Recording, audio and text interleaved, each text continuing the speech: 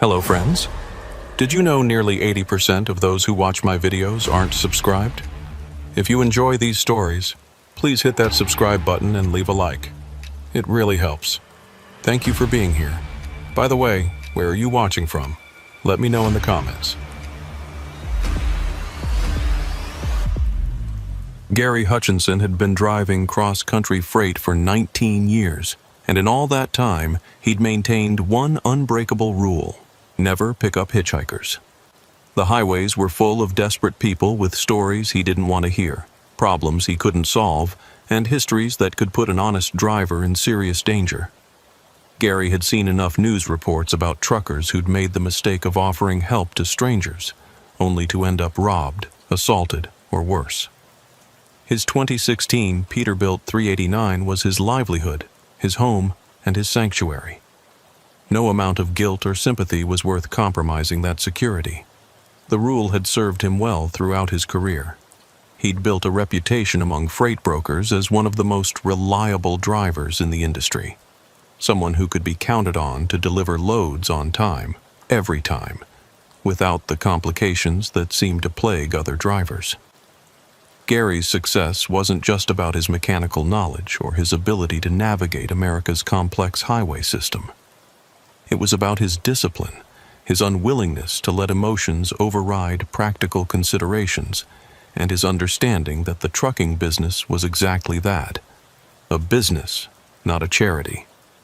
Gary had learned this lesson the hard way early in his career. During his third year of driving, he'd picked up a hitchhiker outside of Bakersfield, California, a young man who claimed his car had broken down and he needed to get to Phoenix for a job interview. The man had seemed harmless enough, well-dressed and articulate, with a story that tugged at Gary's sympathetic nature. But halfway through Arizona, the hitchhiker had pulled a knife and demanded Gary's wallet, his CB radio, and anything else of value in the truck. Gary had managed to overpower the man and turn him over to the police at the next truck stop, but the experience had shaken him profoundly. He realized that his truck, which he'd always thought of as a fortress on wheels, was actually quite vulnerable when he allowed strangers inside. The incident had cost him nearly 2 days of lost driving time, extensive paperwork with law enforcement, and a cargo delivery that arrived late enough to damage his relationship with an important client. From that day forward, Gary had maintained his policy of never stopping for hitchhikers, no matter how desperate they appeared or how harsh the conditions might be. He'd driven past stranded motorists in blizzards, people standing beside smoking cars in desert heat, and even what appeared to be injured accident victims. Each time, he'd radioed the location to authorities and continued on his route, hardening his heart against the guilt that came with refusing to help people in obvious distress. But on the night of September 14th, 2024, somewhere along the desolate stretch of Interstate 40 through the New Mexico desert, Gary would break that rule in a way that would haunt him for the rest of his life. The evening had started routinely enough. Gary was hauling a load of electronics from Phoenix to Atlanta, running ahead of schedule as he always preferred. He'd departed Arizona at 6:00 p.m., timing his departure to cross the worst of the desert during the cooler nighttime hours. His trailer was loaded with 43,000 pounds of computer equipment destined for a major retailer's distribution center in Georgia. The cargo consisted of high-end servers, networking equipment, and point-of-sale systems worth nearly $2 million, valuable enough to require additional security measures and precise climate control throughout the journey.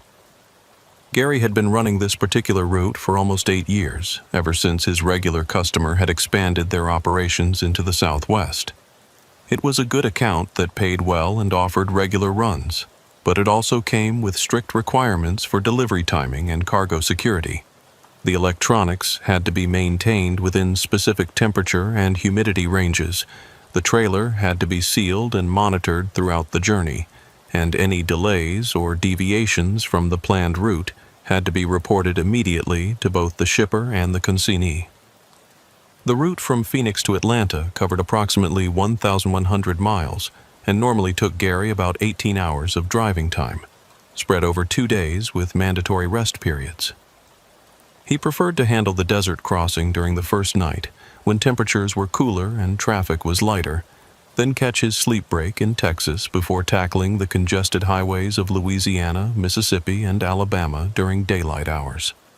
Gary's truck was equipped with the latest navigation and communication technology, including GPS tracking that allowed his dispatcher to monitor his location in real time, electronic logging devices that recorded his hours of service automatically, and satellite communication systems that kept him connected even in the most remote areas of the country.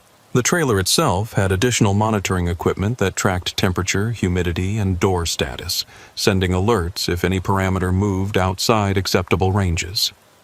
As Gary crossed the Arizona-New Mexico border, everything was proceeding according to plan. The weather was clear with good visibility. His fuel consumption was tracking exactly where it should be for optimal efficiency, and his electronic logs showed that he was running about 30 minutes ahead of his planned schedule. The desert landscape stretched endlessly in all directions, a vast emptiness broken only by the occasional exit sign or abandoned gas station. It was territory that Gary knew intimately, having crossed it hundreds of times over the course of his career. The New Mexico portion of Interstate 40 was particularly desolate, especially during the overnight hours when most of the tourist traffic had found places to stop for the night. The highway stretched for mile after mile through terrain that looked essentially identical: rolling hills covered with sparse desert vegetation, distant mountains silhouetted against the star-filled sky, and the occasional cluster of lights marking some tiny settlement that existed primarily to serve travelers passing through on the interstate. Gary had always found something both beautiful and slightly unnerving about the desert at night. The vastness of the landscape made him feel simultaneously free and isolated, aware that he was just a tiny speck of humanity moving through an environment that remained fundamentally hostile to human life. During the day, the desert was harsh and unforgiving, with temperatures that could kill an unprepared traveler within hours. At night, it became a different kind of dangerous, cold enough to be deadly, dark enough to hide any number of hazards, and empty enough that help might be hundreds of miles away if something went wrong. It was this awareness of the desert's dangers that made Gary's decision to stop for a hitchhiker so completely out of character. He'd driven past stranded travelers in this exact area dozens of times over the years, always maintaining his policy of reporting their location to authorities, but never stopping to offer direct assistance. The desert was simply too dangerous a place to take risks with unknown passengers, and Gary had always been comfortable with his decision to prioritize his own safety over the immediate needs of strangers. At exactly 11:47 p.m., Gary's headlights illuminated a figure standing on the shoulder of the highway about a quarter-mile ahead. Even from that distance, he could see the unmistakable posture of someone seeking a ride, thumb extended, small duffel bag at their feet, the desperate stance of a person stranded in one of the most unforgiving environments in North America.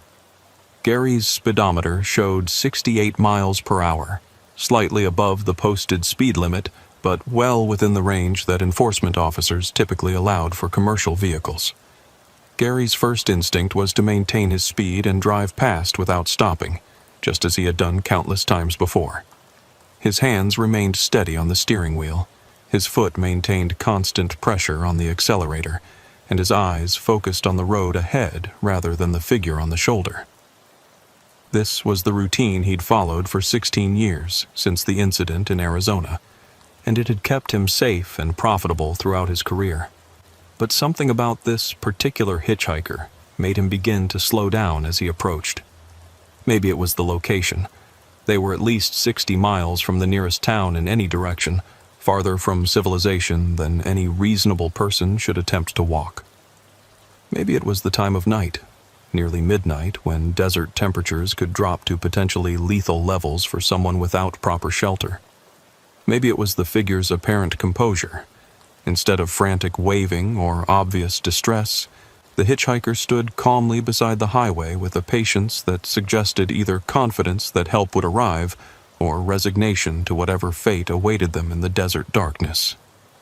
As he drew closer, Gary could see that the hitchhiker was indeed a woman, probably in her 30s, wearing jeans and a light jacket that seemed woefully inadequate for the desert night.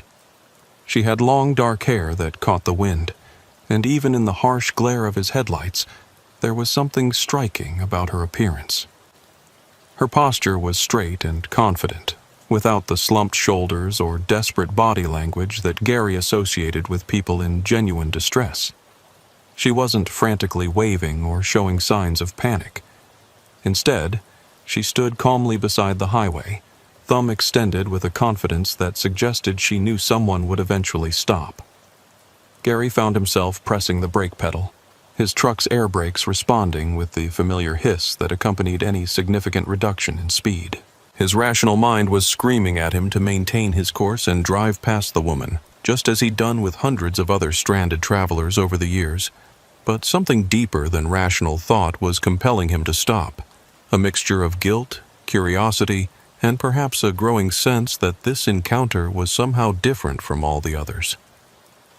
Gary pulled his truck to the shoulder about 50 yards past the woman, his hazard lights automatically activating as he brought the massive vehicle to a complete stop. The air brakes released with another hiss, and the engine settled into the steady idle that indicated the truck was ready to resume movement at a moment's notice.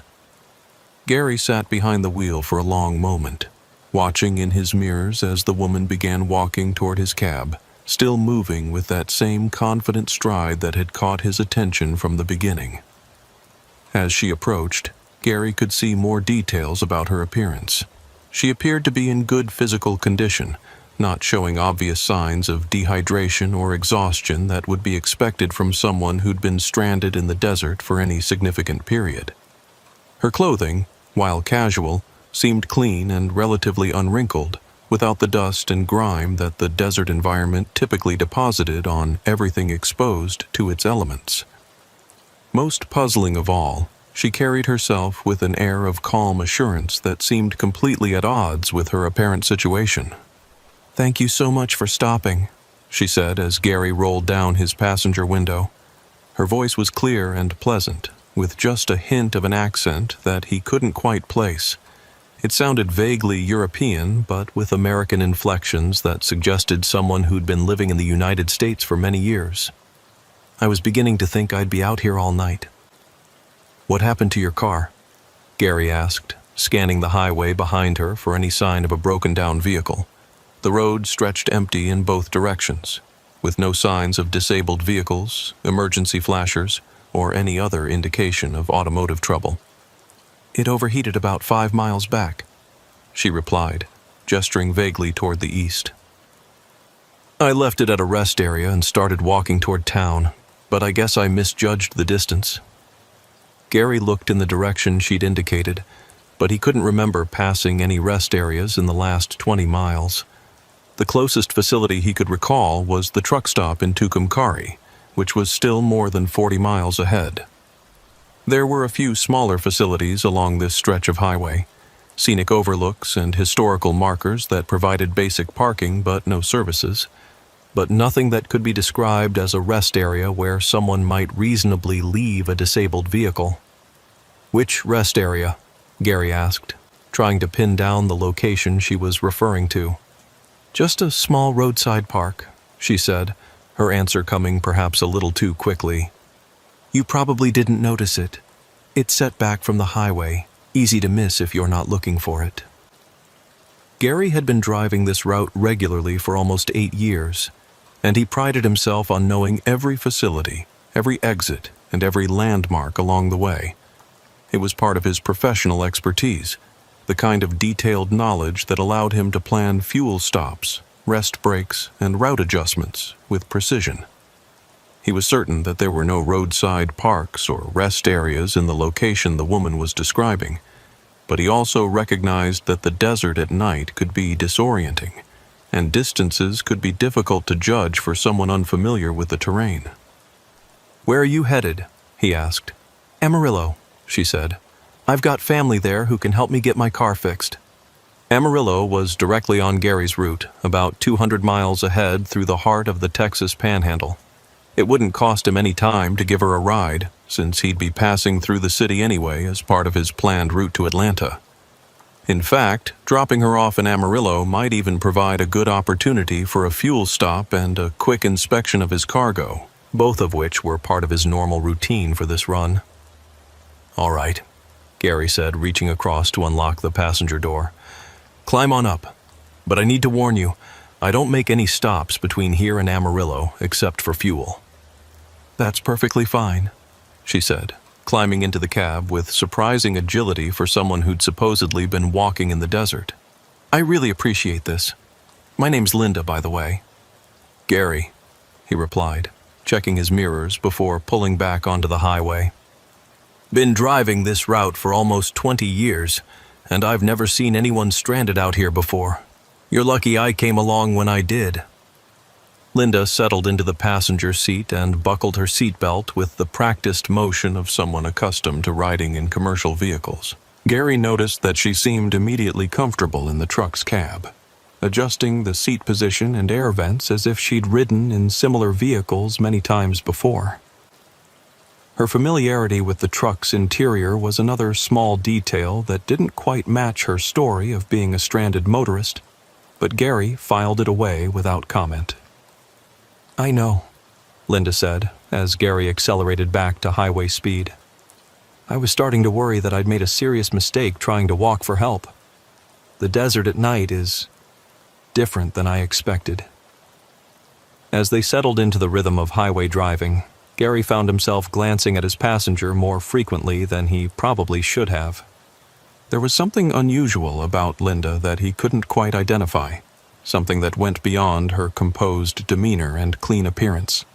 Her skin seemed unusually pale in the dashboard lights, almost luminescent, as if it was reflecting more light than it should have been able to absorb.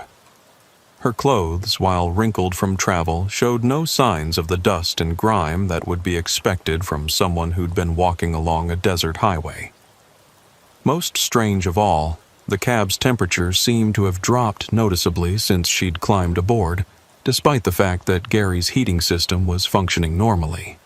The digital readout on his climate control system showed the same temperature setting he'd been using all evening, but the actual air temperature felt significantly cooler, almost uncomfortably so. Gary found himself reaching for the temperature control to increase the heat, but Linda showed no signs of being affected by the cold. "So, what brings you out to New Mexico?" Gary asked, trying to make conversation and distract himself from the growing sense of unease that had been building since Linda entered his truck. "I was visiting a friend in Phoenix," Linda replied without hesitation. "Just a short trip, but my car started acting up on the way back home. I probably should have had it checked before making the drive, but you know how it is. You think everything will be fine until it isn't." Gary nodded, understanding the sentiment. He'd learned the hard way that mechanical problems always seemed to happen at the worst possible times, usually when you were farthest from help and least prepared to deal with them. "What kind of car are you driving?"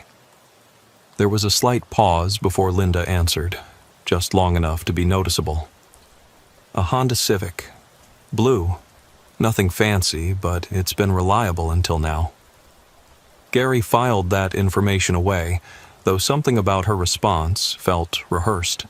The pause before answering, the generic description, the way she'd provided exactly the kind of details someone might give if they were making up a story on the spot. But then again, people often hesitated when talking to strangers, especially when they were in vulnerable situations that required them to depend on the kindness of others. Over the next hour, Gary tried several times to engage Linda in conversation, asking about her family in Amarillo, her work, her life in general. Her answers were polite but evasive, never providing specific details that would make her story feel authentic or personal. She claimed to work in customer service but couldn't name her employer when Gary asked about the company. She said she had a sister in Amarillo but couldn't remember the exact address when he offered to drop her off at a specific location. When Gary asked about local restaurants or landmarks in the city, Linda's responses were so generic they could have applied to any mid-sized American town. "Have you lived in Amarillo long?" Gary asked during one of these conversations. "Most of my life," Linda replied. "It's a nice place, quiet, good for raising a family." "Do you have kids?" Another pause. "No, not yet. Maybe someday." Gary found these conversational gaps increasingly troubling. Linda seemed intelligent and articulate, but her answers to personal questions had a vague, almost scripted quality that suggested she was working from a prepared story rather than drawing on actual memories and experiences. It was the kind of conversation pattern that Gary associated with people who were hiding something significant about their background or circumstances. What bothered Gary most was the way Linda seemed to know things about his route that she shouldn't have known. She mentioned truck stops and mile markers that lay ahead, casually referencing landmarks and exit numbers as if she'd traveled this highway many times before. When they passed a historical marker that commemorated some forgotten battle from the 19th century, Linda commented on the monument as if she'd seen it before. When Gary's CB radio crackled with a traffic report about construction delays near the Texas border, Linda nodded knowingly and mentioned that the roadwork had been going on for months. "You seem pretty familiar with this highway," Gary observed after Linda had correctly predicted the location of an upcoming way station. "I've driven it several times to visit my friend in Phoenix," Linda replied, but her answer didn't match the timeline she'd established earlier. If this was only her second or third trip to Phoenix, she shouldn't have had such detailed knowledge of highway markers and facilities that were primarily of interest to professional drivers who traveled the route regularly. The inconsistencies in Linda's story began to accumulate, creating a growing sense of doubt in Gary's mind. He started paying closer attention to his passenger, noting details that had escaped his initial observation. Linda's clothes, while appropriate for travel, had an oddly timeless quality. Jeans and a jacket that could have been from any decade in the past 30 years. The style wasn't obviously dated, but it also wasn't clearly contemporary, as if she'd chosen clothing that would blend in regardless of when she was seen. Her hair, which had appeared wind-blown when he'd first seen her on the highway, remained perfectly styled despite the fact that she'd supposedly been walking in the desert wind for several hours.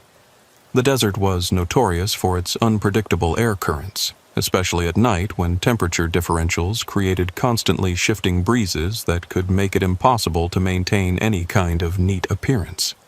Yet Linda's hair looked as if she'd just stepped out of a salon, every strand in place despite her supposed ordeal.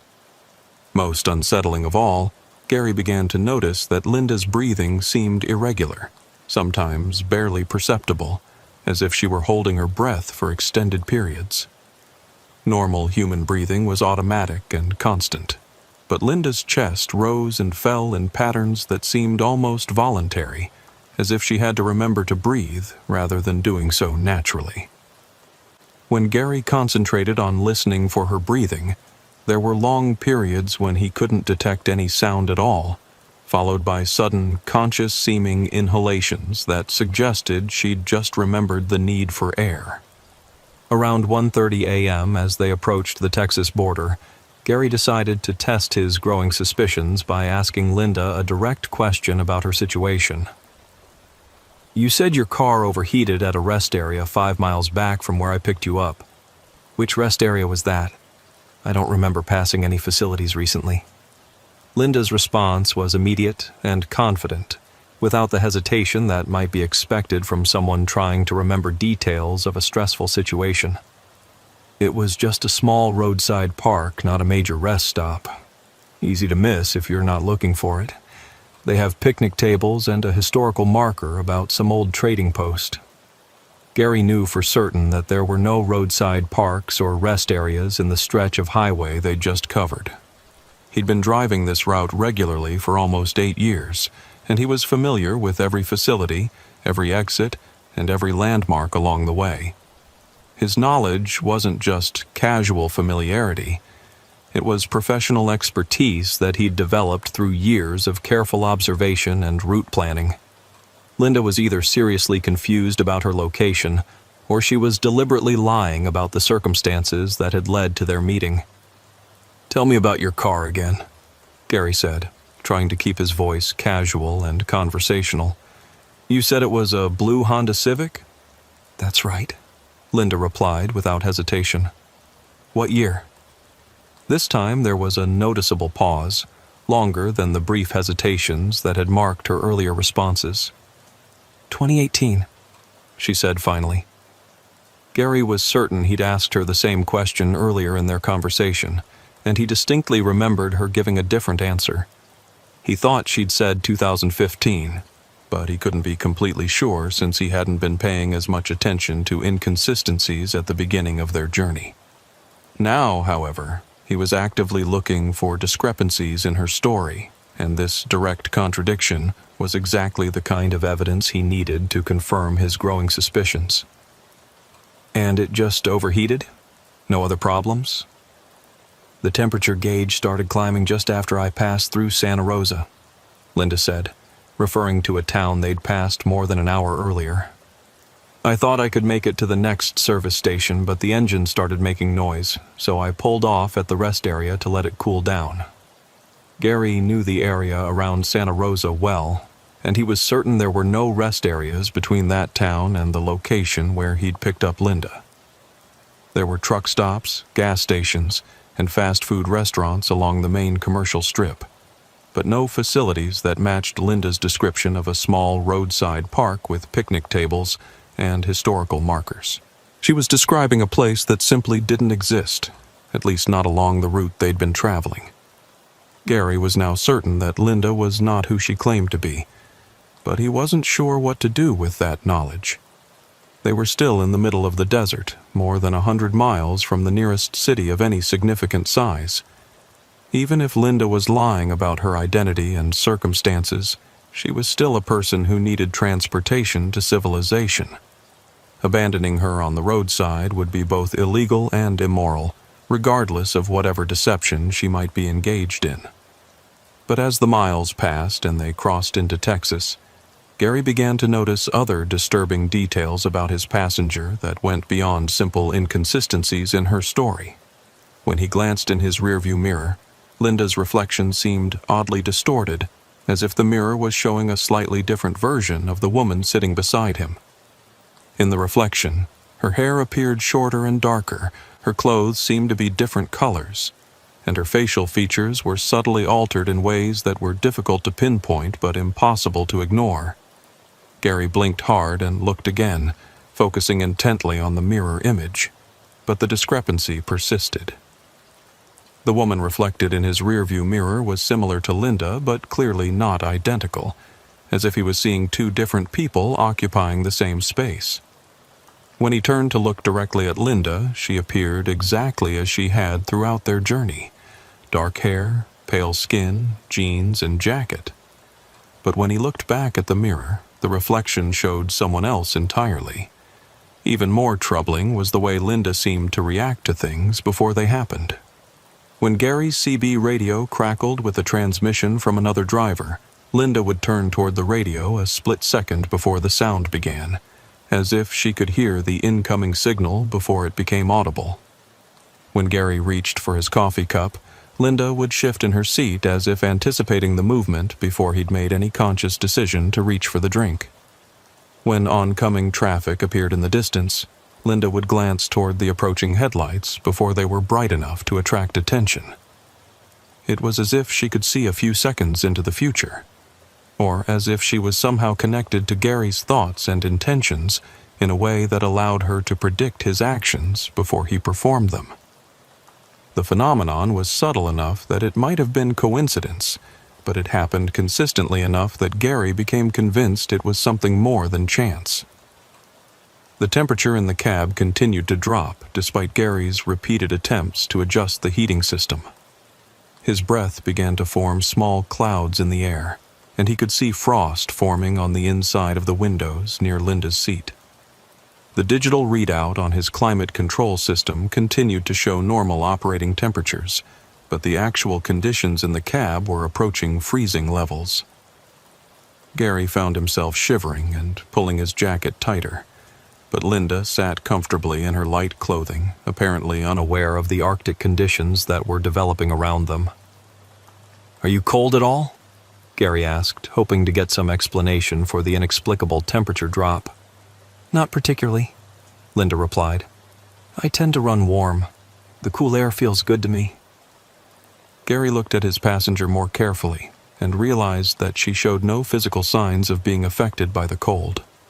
Her skin wasn't flushed or pale in the way that would indicate a response to low temperatures. Her posture remained relaxed and comfortable, without the hunched shoulders or protective positioning that people typically adopted when they were cold. Most telling of all, she wasn't breathing in the visible puffs of vapor that the cold air was producing from Gary's own respiration. At 2:15 a.m., as they approached the outskirts of Amarillo, Gary's fuel gauge indicated that he would need to stop for diesel soon. There was a truck stop in Tucumcari, about 20 miles ahead, where he typically refueled on this route. The facility was well maintained, reasonably priced, and strategically located to allow him to complete the remainder of his journey to Atlanta without another fuel stop. He mentioned this to Linda, expecting her to express gratitude for the opportunity to warm up, use restroom facilities, or call her family to arrange pickup.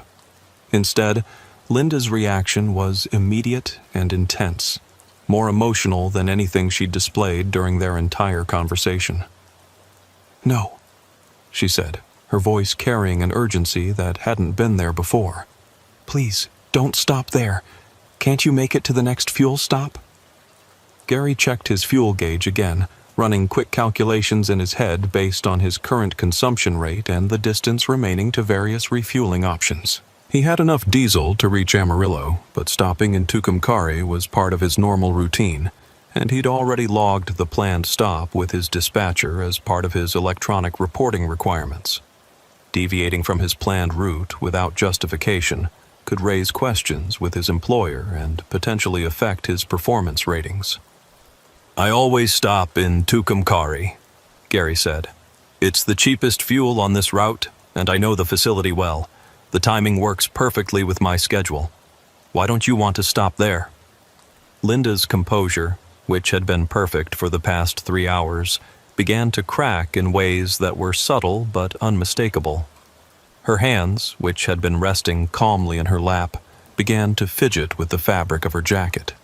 Her breathing, already irregular, became more obviously labored. Most significantly, her voice took on a quality that hadn't been there before, a slight tremor that suggested she was struggling to maintain her calm facade. I'd prefer not to stop there," she said. "Bad memories, you know? Could we please just continue to Amarillo? I'll pay for the extra fuel if that's what you're worried about." Gary studied his passenger's face in the dashboard lights and saw something that made his blood run cold. For just a moment, as Linda spoke about her reluctance to stop in Tucumcari, her features seemed to shift and blur, as if her face was a projection that had temporarily lost focus.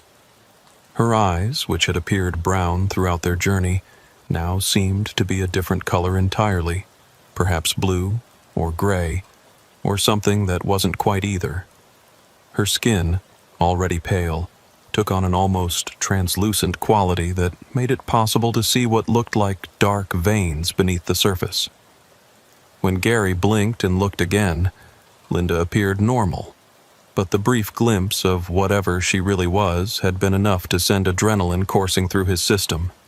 His hands tightened involuntarily on the steering wheel, and he found himself pressing slightly harder on the accelerator, as if increasing their speed would somehow provide protection from whatever was sitting in his passenger seat.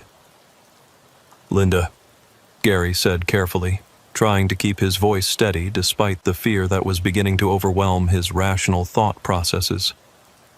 "I need to ask you something, and I want you to give me an honest answer. What are you?"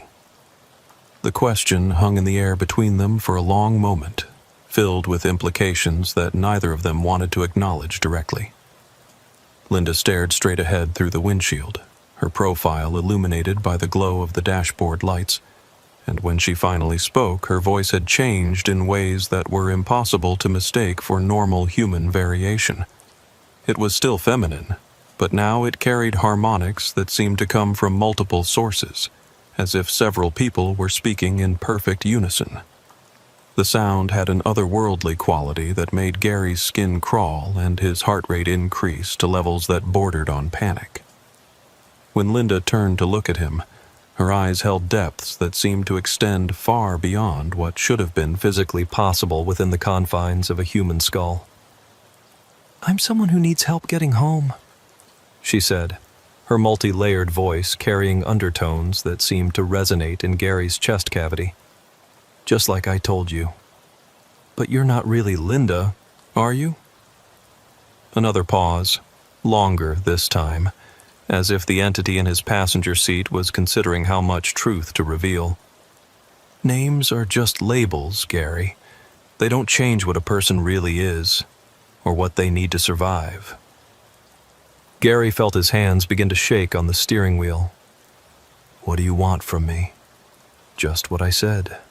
A ride to Amarillo. Nothing more, nothing less. And if I decide to stop in Tucumcari anyway?" Linda turned to look at him directly for the first time since entering the truck. Her eyes, which had been relatively normal human eyes just moments before, now seemed to contain depths that extended for miles into some unimaginable darkness. Gary felt as if he was looking into a tunnel that stretched beyond the boundaries of physical space, and somewhere in that darkness, things were moving, things that he didn't want to see clearly but couldn't help but perceive at the edges of his consciousness. "You won't stop in Tucumcari," Linda said with absolute certainty, her voice now clearly coming from multiple sources that somehow maintained perfect synchronization. "You'll drive straight through to Amarillo, just like I asked. You'll do it because you're a good person, Gary, and good people help those who need assistance." Gary tried to argue, tried to assert his independence and his right to make his own decisions about his route and his stops. He opened his mouth to speak, to tell Linda that he was the driver and he would decide where and when to stop. But when he attempted to form words, no sound came out. His vocal cords refused to respond to his conscious commands, as if the connection between his brain and his voice had been severed by some invisible force. He tried again, concentrating all his willpower on the simple act of speaking, but the result was the same. Linda had somehow taken control of his ability to communicate, leaving him unable to protest or call for help even as his truck continued moving toward whatever destination she had in mind.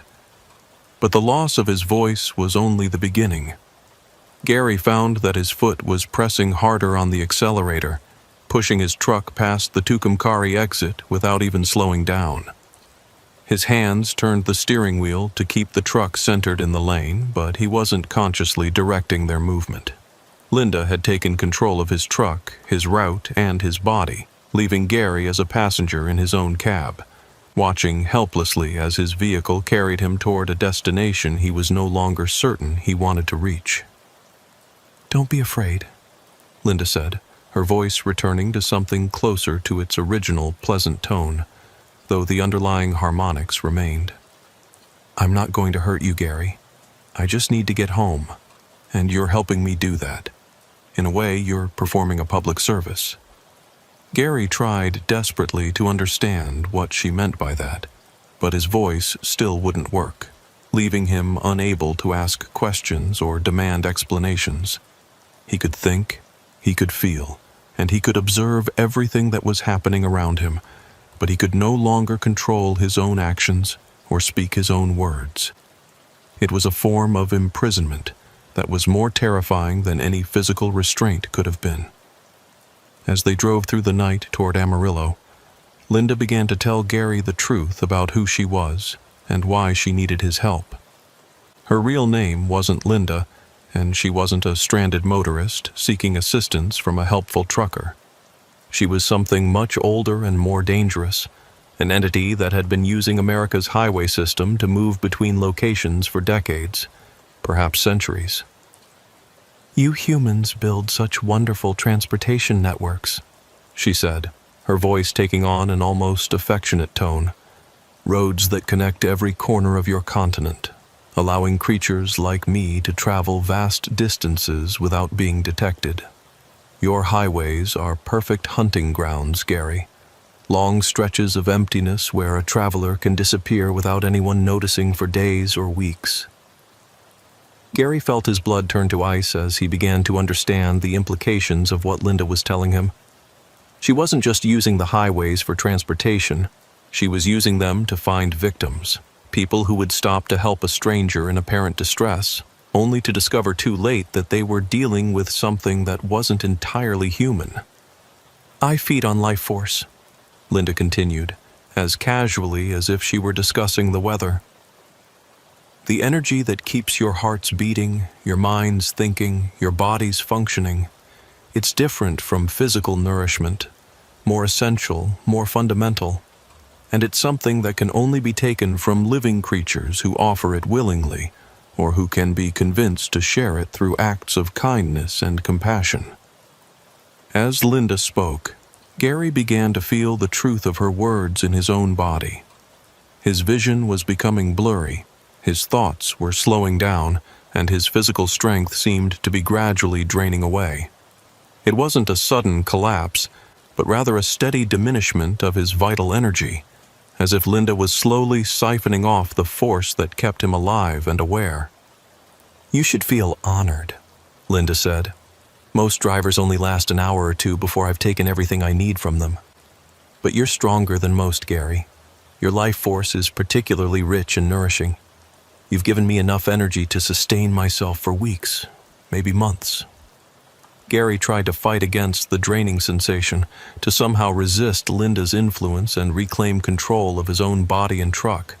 But his efforts were futile. The entity beside him had tapped into something fundamental about his existence, and she was drawing that essence out of him with the efficiency of a predator that had perfected its hunting techniques over many years.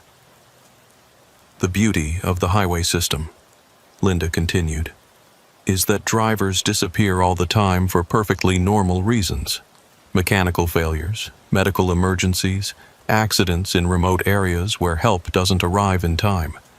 When a truck is found abandoned on the roadside with no sign of the driver, authorities assume he wandered off seeking help and succumbed to the elements. They rarely look for supernatural explanations." Gary could feel his consciousness beginning to fade at the edges, his awareness becoming dim and distant as Linda continued to drain his life force. But even as his strength ebbed away, his mind remained clear enough to understand the full horror of his situation. He wasn't just dying. He was being consumed by something that had been preying on helpful drivers for decades, perhaps centuries, leaving a trail of unexplained disappearances across America's highway system. "I've been riding these roads since before your interstate system existed," Linda said, her voice now carrying an ancient quality that suggested she was far older than her apparent age. "Back when the highways were just dirt tracks connecting frontier settlements, I would appear to travelers in covered wagons, claiming to be a widow seeking passage to the next town. The method has evolved with the times, but the principle remains the same. Appeal to human compassion, gain access to isolated victims, and feed." As they approached the Amarillo city limits, Linda directed Gary to exit the interstate and drive toward the industrial district on the west side of town. The area was largely abandoned at night, with empty warehouses and shuttered factories providing perfect cover for whatever Linda had planned for the conclusion of their journey. Gary's truck responded to her mental commands, following a route through darkened streets that led away from the populated areas of the city and toward a zone of urban decay where screams wouldn't be heard and bodies might not be discovered for months. The buildings around them grew progressively more derelict as they moved deeper into the abandoned industrial area. Broken windows stared down at them like empty eye sockets, and weeds grew through cracks in the pavement where legitimate businesses had once thrived. It was the kind of place where people came to dispose of things they didn't want found, where the homeless sought shelter in structures that were slowly being reclaimed by nature, and where predators like Linda could operate without interference from law enforcement or witnesses. Gary's truck rolled to a stop in the parking lot of an abandoned trucking company, its engine finally shutting down as Linda released her control over the vehicle's systems. The sudden silence was oppressive, broken only by the distant sound of wind whistling through broken windows and the settling noises of cooling metal. Gary slumped in his driver's seat, barely conscious and unable to move more than his eyes, watching helplessly as Linda prepared to complete whatever ritual would finish the transfer of his life force into her supernatural form. Linda climbed down from the cab and walked around to the driver's side, moving with the fluid grace of a predator that was completely confident in its control over the situation.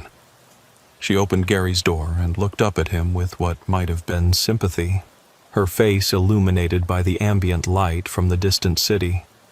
For a moment, she almost looked human again, a woman in her 30s, who might have been someone's daughter, sister, or friend under different circumstances. "Thank you for the ride," she said, her voice returning to the pleasant tone she'd used when she first entered his truck. "You were exactly what I needed tonight, Gary. Your kindness has sustained me, and your life force will keep me strong for the journeys ahead." Linda reached up and touched Gary's forehead with her fingertips, and the contact sent a final surge of energy from Gary's body into hers. The sensation was unlike anything he'd ever experienced, not painful exactly, but profoundly draining, as if every memory, every emotion, every thought he'd ever had was being pulled out of him and absorbed by the creature that had been masquerading as a helpless hitchhiker. As Linda completed the energy transfer, Gary felt his consciousness fading toward complete darkness. His vision narrowed to a tunnel, his hearing became muffled and distant, and his awareness of his own body began to slip away like sand through his fingers. He was dying, but it wasn't the quick death of an accident or the prolonged struggle of disease.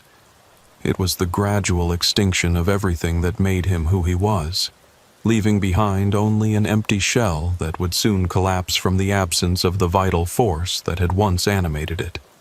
But just before Gary lost consciousness entirely, he heard something that gave him a final moment of hope. Sirens approaching fast from multiple directions. Police cars, ambulances, and what sounded like federal agents, all converging on their location with the urgency of a coordinated law enforcement operation. The sound grew louder by the second, suggesting a large force of vehicles racing through the abandoned industrial district toward the exact spot where Linda had brought Gary to die. Linda heard the sirens too, and for the first time since entering Gary's truck, she showed signs of genuine fear.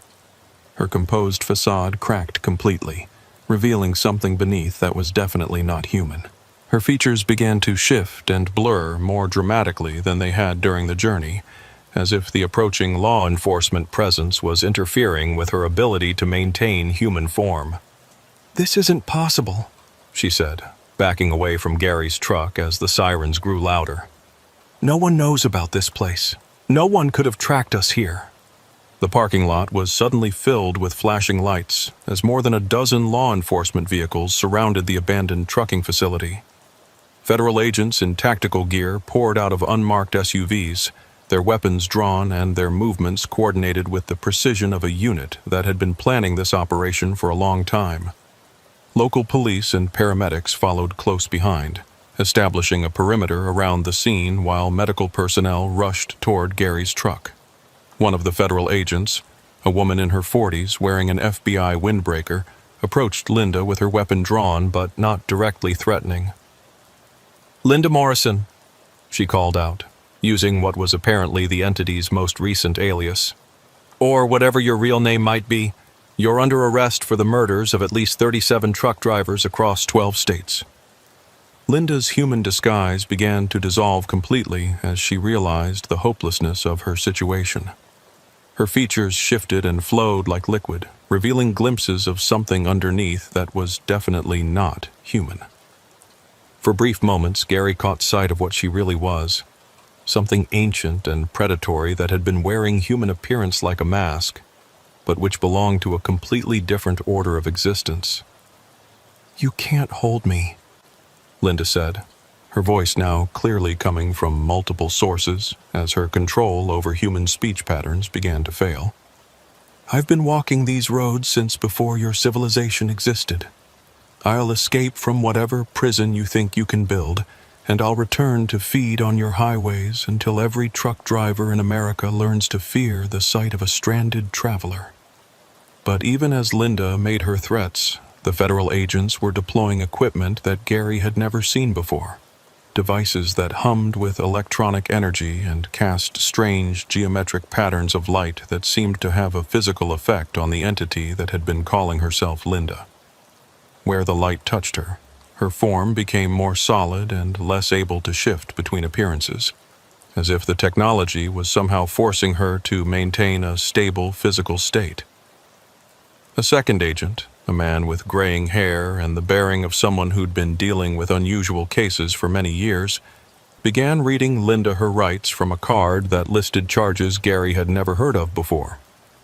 "You're being arrested under the Federal Supernatural Entities Control Act for the premeditated murder of interstate commerce drivers, violation of dimensional travel restrictions, and operating a feeding territory without proper federal oversight." As the agents took Linda into custody using restraints that appeared to be made of some kind of metal that glowed with its own internal light, paramedics reached Gary's truck and began checking his vital signs.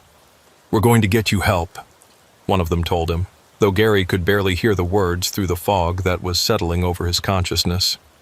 "You're going to be all right. You've lost a lot of life force, but our medical team knows how to treat this kind of energy drain." Gary tried to ask how they had found him, how they had known where to look, and what the Federal Supernatural Entities Control Act was, but his voice still wouldn't work. The paramedic seemed to understand his unspoken questions.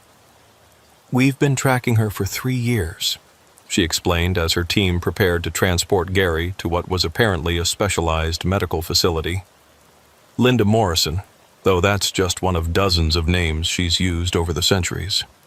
She's been using truck drivers to move around the country, leaving a trail of unexplained fatalities and disappearances that finally established a pattern we could recognize." As the paramedics loaded Gary onto a stretcher and prepared to transport him to the hospital, he caught a final glimpse of Linda being loaded into what looked like a specially modified prisoner transport vehicle. Even in custody, there was something about her that continued to seem wrong, as if her human appearance was just the surface of something much larger and more dangerous that existed mostly in dimensions that human senses couldn't perceive. The Supernatural Predator Task Force has been monitoring highway disappearances for over a decade. The paramedic continued as they loaded Gary into the ambulance. "When your truck's GPS signal showed you deviating from your planned route and heading toward this location, we knew she had found another victim. The tracking devices in your electronic logging system allowed us to coordinate this operation and arrive before she could complete the feeding process." Gary spent the next 3 weeks recovering in a federal medical facility that he learned was one of several institutions designed to treat victims of supernatural encounters. The hospital was staffed by doctors and nurses who understood energy drain, psychic trauma, and the various forms of damage that could be inflicted by entities that existed on the boundaries of human understanding. Gary's treatment involved not just physical rehabilitation, but also psychological counseling to help him process an experience that challenged everything he'd believed about the nature of reality.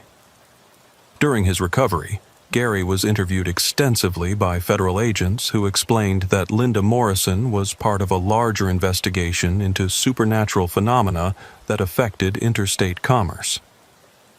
The Federal Supernatural Entities Control Act was a classified law that had been passed in the 1960s after a series of unexplained incidents involving long-haul truckers, airline pilots, and other transportation workers who came into contact with entities that used America's travel infrastructure for their own purposes. "She's what we classify as a highway feeder," Agent Sarah Chen explained during one of their interviews. These entities have been using the American road system as hunting grounds for over a century, targeting isolated drivers who are vulnerable to appeals for help. They typically operate by assuming human appearance and presenting themselves as stranded travelers, accident victims, or other people in apparent distress. Agent Chen showed Gary files containing dozens of similar cases dating back to the early days of the interstate highway system. Truck drivers who had disappeared without explanation, vehicles found abandoned with no sign of their operators, and missing person reports that had never been solved because investigators were looking for human perpetrators rather than supernatural predators. Linda Morrison has been active since at least the 1940s, Chen continued. We have photographs of her from crime scenes dating back 7 decades, and she hasn't aged a day. She typically operates for a few years in one region, then disappears for a decade or more before surfacing somewhere else entirely. This is the first time we've managed to capture her alive. Gary learned that his experience was being used to develop new protocols for protecting commercial drivers from supernatural predators. The GPS tracking systems that had allowed the federal agents to locate him were being upgraded to detect unusual route deviations that might indicate driver compromise. Training programs were being developed to help truckers recognize the signs of supernatural encounters, and new communication systems were being installed to allow drivers to call for help when they encountered entities that were beyond normal law enforcement capabilities. When Gary was finally released from the hospital, he found that his truck had been returned to him, apparently undamaged by its encounter with Linda. But Gary knew that he would never be able to drive long-haul routes again. The experience had changed him in ways that went beyond physical exhaustion, leaving him with an awareness of the dangers that lurked along America's highways that made it impossible for him to feel safe on the road. Gary sold his truck and used the money to buy a small auto repair shop in his hometown in Ohio. He never drove professionally again, and he never spoke publicly about his encounter with Linda Morrison. But the federal government provided him with a disability pension that recognized his service to interstate commerce protection, and he was occasionally consulted by investigators working on similar cases involving supernatural highway predators. Sometimes, late at night when Gary was working alone in his garage, he would hear the sound of 18-wheelers passing on the highway outside. The sound would remind him of Linda, and he would wonder if she had escaped from federal custody and returned to the endless miles where predators like her could hunt with virtual impunity. According to Agent Chen, the specialized facility where Linda was being held had never had a successful escape. But Gary had seen enough of Linda's capabilities to know that traditional security measures might not be sufficient to contain something that existed partially outside normal physical reality. The highway had taught Gary that not all passengers were human, and that sometimes the greatest danger came not from mechanical failure or bad weather, but from the willingness to help a stranger in need. He had learned that the roads carried more than just cargo and commerce. They carried entities that existed on the boundary between the physical world and something far more sinister. Creatures that had been using human transportation networks as hunting grounds since the first roads had been built. Gary's experience with Linda Morrison had shown him that America's highway system was more than just a transportation network. It was a complex ecosystem where human commerce intersected with supernatural predation, where federal agents worked in secret to protect drivers from threats that most people never suspected existed. The roads were a battleground in a war that most Americans didn't know was being fought, a conflict between human civilization and entities that viewed the interstate system as their personal feeding territory. But Gary also learned that there were people fighting back. Federal agents and researchers who understood the true nature of the highways and who worked tirelessly to protect commercial drivers from supernatural predators. The existence of the Federal Supernatural Entities Control Act and the specialized medical facilities that treated victims of entity encounters proved that the government was aware of these threats and was taking action to address them, even if the general public remained ignorant of the true dangers that traveled America's roads. In the months that followed his encounter with Linda, Gary received regular updates from Agent Chen about the investigation into highway feeders and similar supernatural threats to interstate commerce. He learned that Linda Morrison had been transferred to a maximum security facility designed specifically for supernatural prisoners, where she was being studied by researchers who hoped to understand how entities like her operated and how they might be more effectively detected and captured in the future. "She's providing information about other highway predators," Chen told Gary during one of their periodic phone calls. "Not voluntarily, but the psychological evaluation techniques we use on supernatural prisoners are quite effective. We've identified at least 6 other entities that operate similar feeding territories, and we're developing strategies for capturing them." Gary also learned that his case had become a model for training new agents in the Supernatural Crimes Division. His detailed recollection of Linda's behavior patterns, the subtle signs that had indicated she wasn't human, and the methods she had used to control his truck and drain his life force were all being incorporated into educational materials that would help future investigators recognize and respond to similar encounters. "Your experience has probably saved dozens of lives," Chen assured him. "The protocols we've developed based on your case are already being used to protect drivers across the highway system. The GPS monitoring enhancements, the emergency communication procedures, the training programs for recognizing supernatural encounters, all of that came from what you went through with Linda Morrison." But even knowing that his suffering had served a greater purpose, Gary never fully recovered from the psychological impact of his encounter with a creature that had come close to draining every bit of life force from his body. He suffered from chronic fatigue that doctors attributed to the energy drain he'd experienced, and he had persistent nightmares about dark highways populated by things that weren't entirely human. Gary's sleep was frequently disturbed by dreams in which he was driving through endless desert landscapes, picking up hitchhikers who initially appeared normal but gradually revealed themselves to be something else entirely. In these nightmares, he was trapped in his truck, unable to stop or change course, while entities wearing human faces drained his life force mile by mile until he became nothing more than an empty shell behind the steering wheel. The dreams were so vivid and disturbing that Gary eventually sought treatment from a psychologist who specialized in supernatural trauma. Dr. Elizabeth Warren was one of a small number of mental health professionals who had security clearance to treat victims of entity encounters, and she helped Gary understand that his nightmares were a normal response to the kind of traumatic experience he'd survived. "Your mind is trying to process an encounter with something that exists outside normal human experience," Dr. Warren explained during one of their sessions. "The nightmares are your psyche's attempt to make sense of what happened and to prepare you for similar encounters in the future.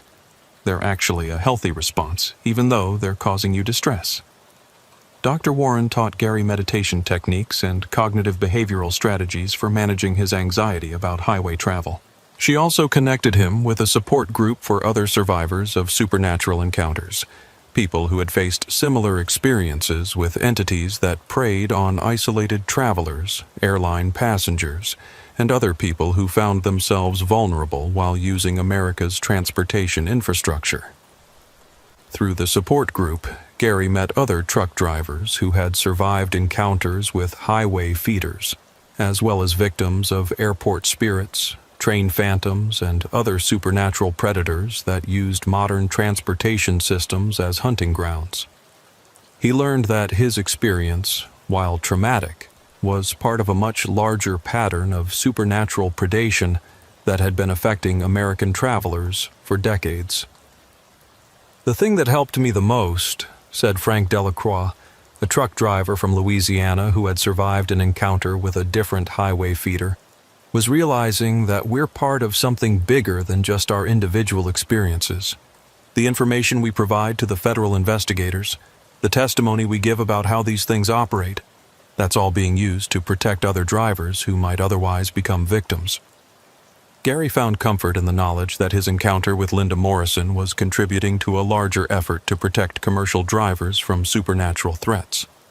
The trauma he'd experienced had meaning beyond his personal suffering, and the ongoing investigation into highway feeders was making the roads safer for other truckers who might otherwise find themselves face to face with entities that could drain their life force and leave them as unexplained disappearances along remote stretches of highway.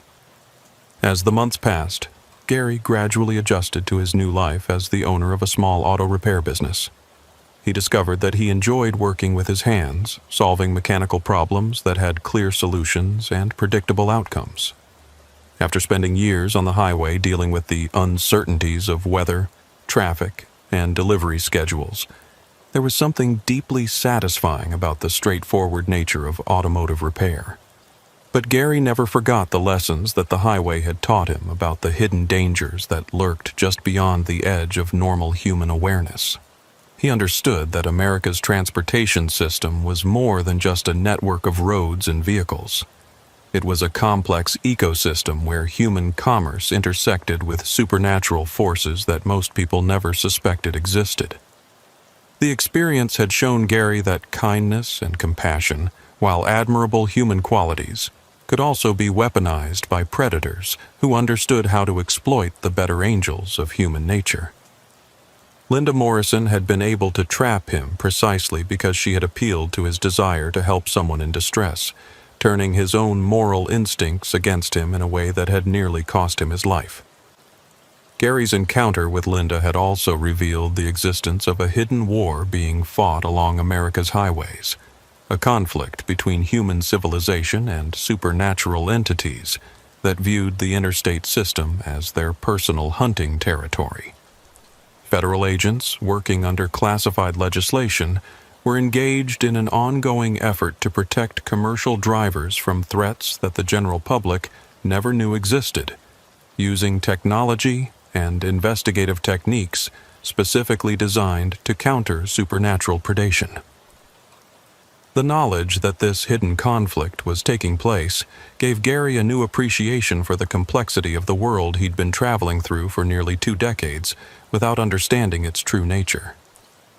The highways he'd driven thousands of times carried more than just cargo and commerce. They carried secrets, mysteries, and dangers that existed in the spaces between the normal world and something far more sinister. But perhaps most importantly, Gary's experience had taught him that survival often depended on recognizing the signs of danger before it was too late to escape.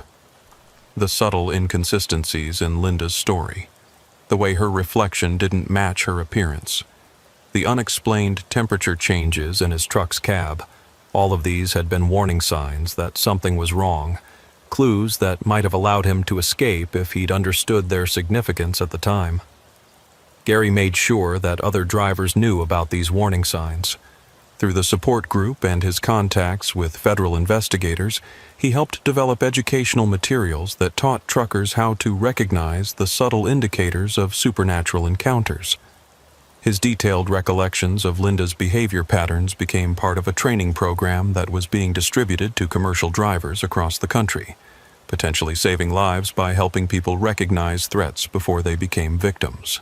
Years later, when Gary looked back on his encounter with Linda Morrison, he realized that it had been both the most terrifying and the most important experience of his life.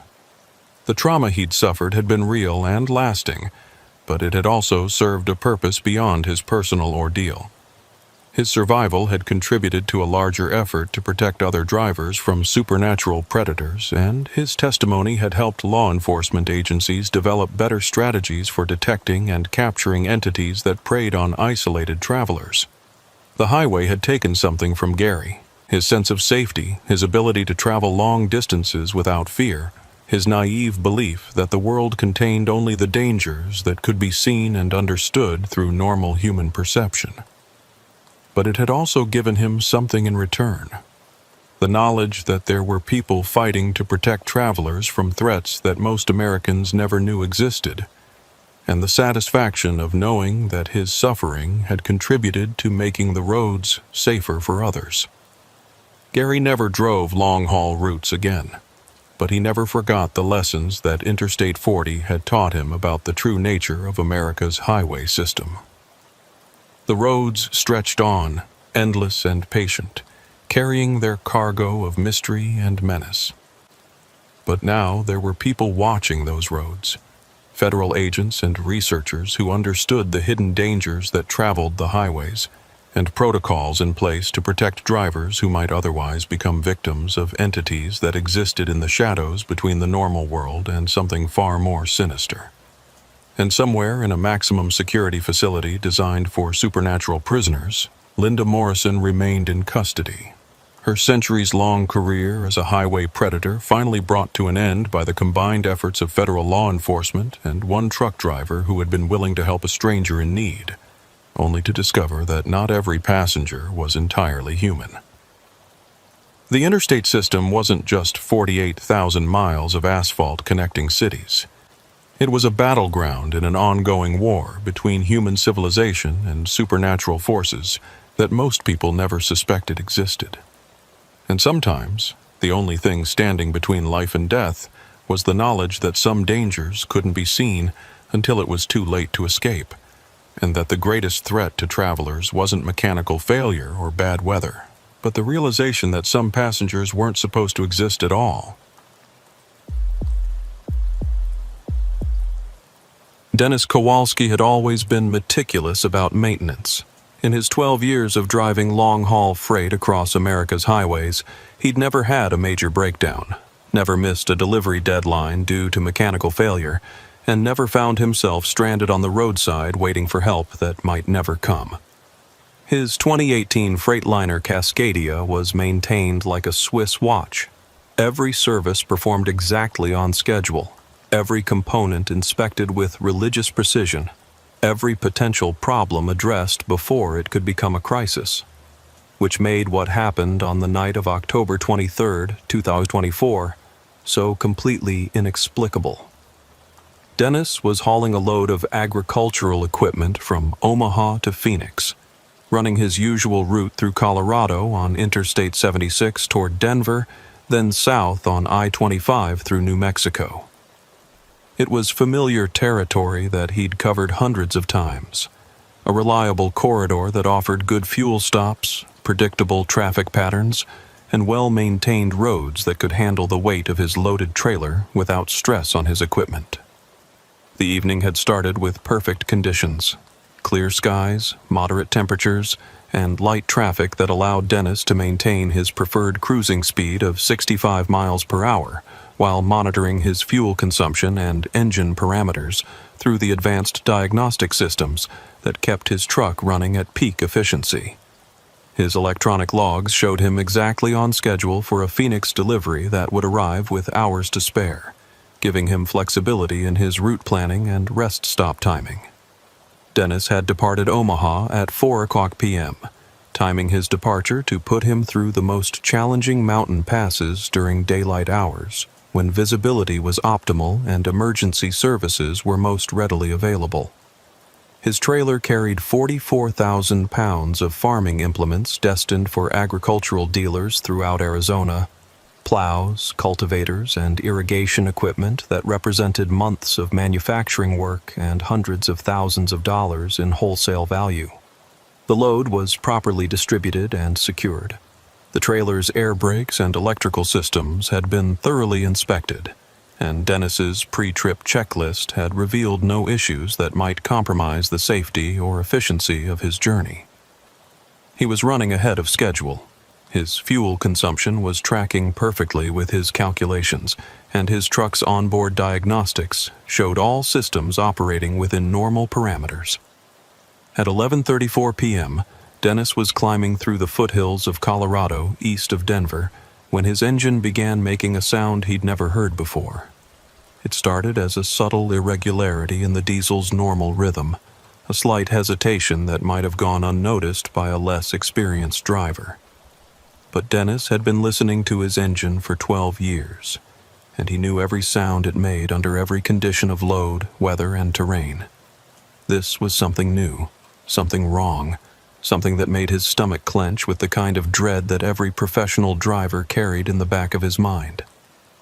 Dennis immediately began running through his mental checklist of potential problems. Engine temperature was normal, oil pressure was steady, fuel levels were adequate, Air pressure in the brake system was holding constant. Nothing on his dashboard indicated any system failures or parameter deviations that might explain the irregular engine performance he was hearing. But the sound persisted, growing gradually more pronounced as he continued climbing the long grade that led toward the mountain passes. It wasn't the labored breathing of an engine working hard against gravity. Dennis knew that sound well, and this was something entirely different. It was an irregular knocking that seemed to come from deep within the engine block. A metallic percussion that suggested serious internal damage was developing in real time. Dennis began looking for a safe place to pull over and investigate the problem. The highway in this section ran through relatively unpopulated terrain, with exits spaced many miles apart and few facilities that could accommodate a commercial vehicle inspection. But his trucking instincts told him that continuing to drive with an engine that was making abnormal sounds was asking for catastrophic failure, the kind of breakdown that could leave him stranded in a location where help would be difficult to obtain. At mile marker 127, Dennis spotted a roadside rest area that appeared to offer enough space for him to safely park his truck and perform a preliminary diagnosis of whatever was causing the engine irregularities. The facility was small and isolated, without the amenities of a full truck stop, but it provided adequate parking and would allow him to pop his hood and check for obvious problems before deciding whether to continue his journey or call for roadside assistance. Dennis activated his hazard lights and carefully maneuvered his truck and trailer into the rest area, selecting a parking spot that would allow him to work on his engine without blocking other vehicles that might need to use the facility. As he brought his truck to a complete stop and engaged the parking brake, the engine irregularities became even more pronounced, confirming his decision to investigate the problem before attempting to continue toward Denver. The rest area was eerily quiet, with no other vehicles visible and no signs of recent use. A single functioning streetlight cast a pool of yellowish illumination over the parking area, leaving most of the facility in darkness that seemed to press in from the surrounding wilderness. Dennis could hear the wind moving through the pine trees that bordered the rest area and the distant sound of traffic on the interstate. But otherwise, the night was filled with the kind of profound silence that was only possible in remote locations far from urban population centers. Dennis shut down his engine and climbed out of his cab to begin his inspection. The sudden silence was almost startling after hours of listening to the diesel's rhythm, and Dennis found himself acutely aware of how isolated he was in this remote rest area. The nearest town was more than 20 miles away.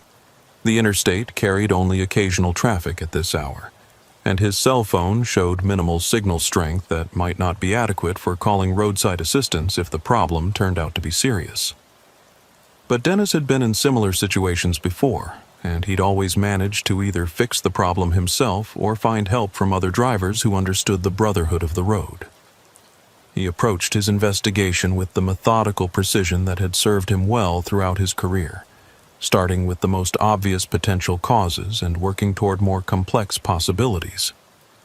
Popping the hood revealed an engine compartment that looked exactly as it should, clean, well-maintained, with all components in their proper positions, and no obvious signs of damage or malfunction.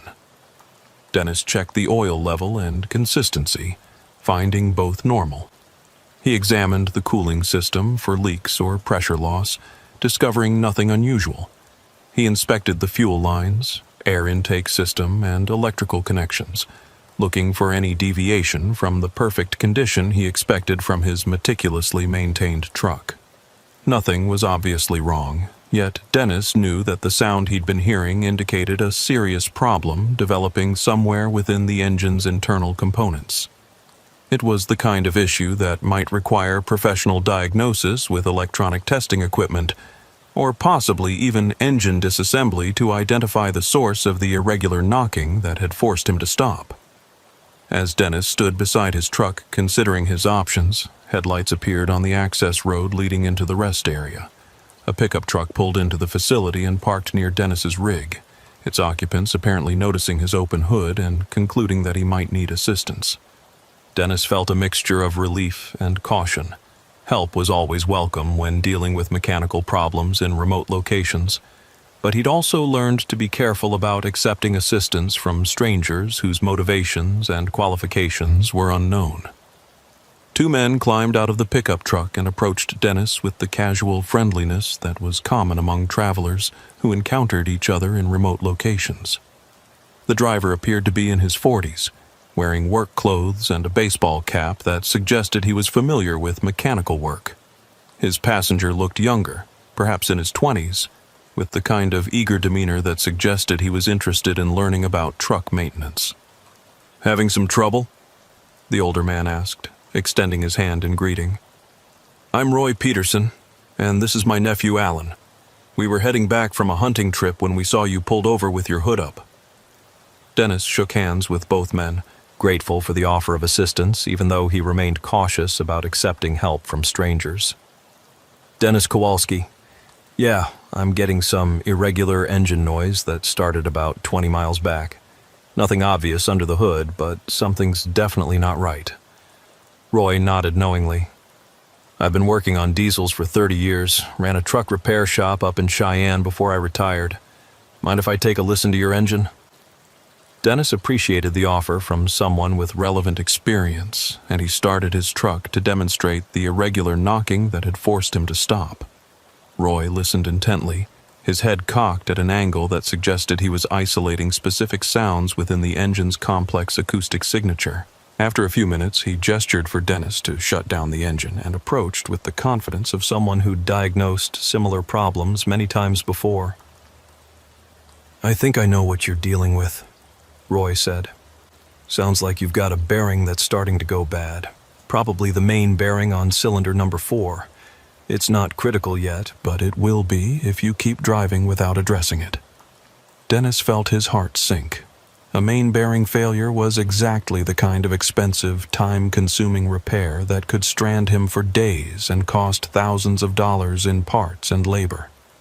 Worse yet, continuing to drive with a failing bearing could cause catastrophic engine damage that would total his truck and end his career as an owner-operator.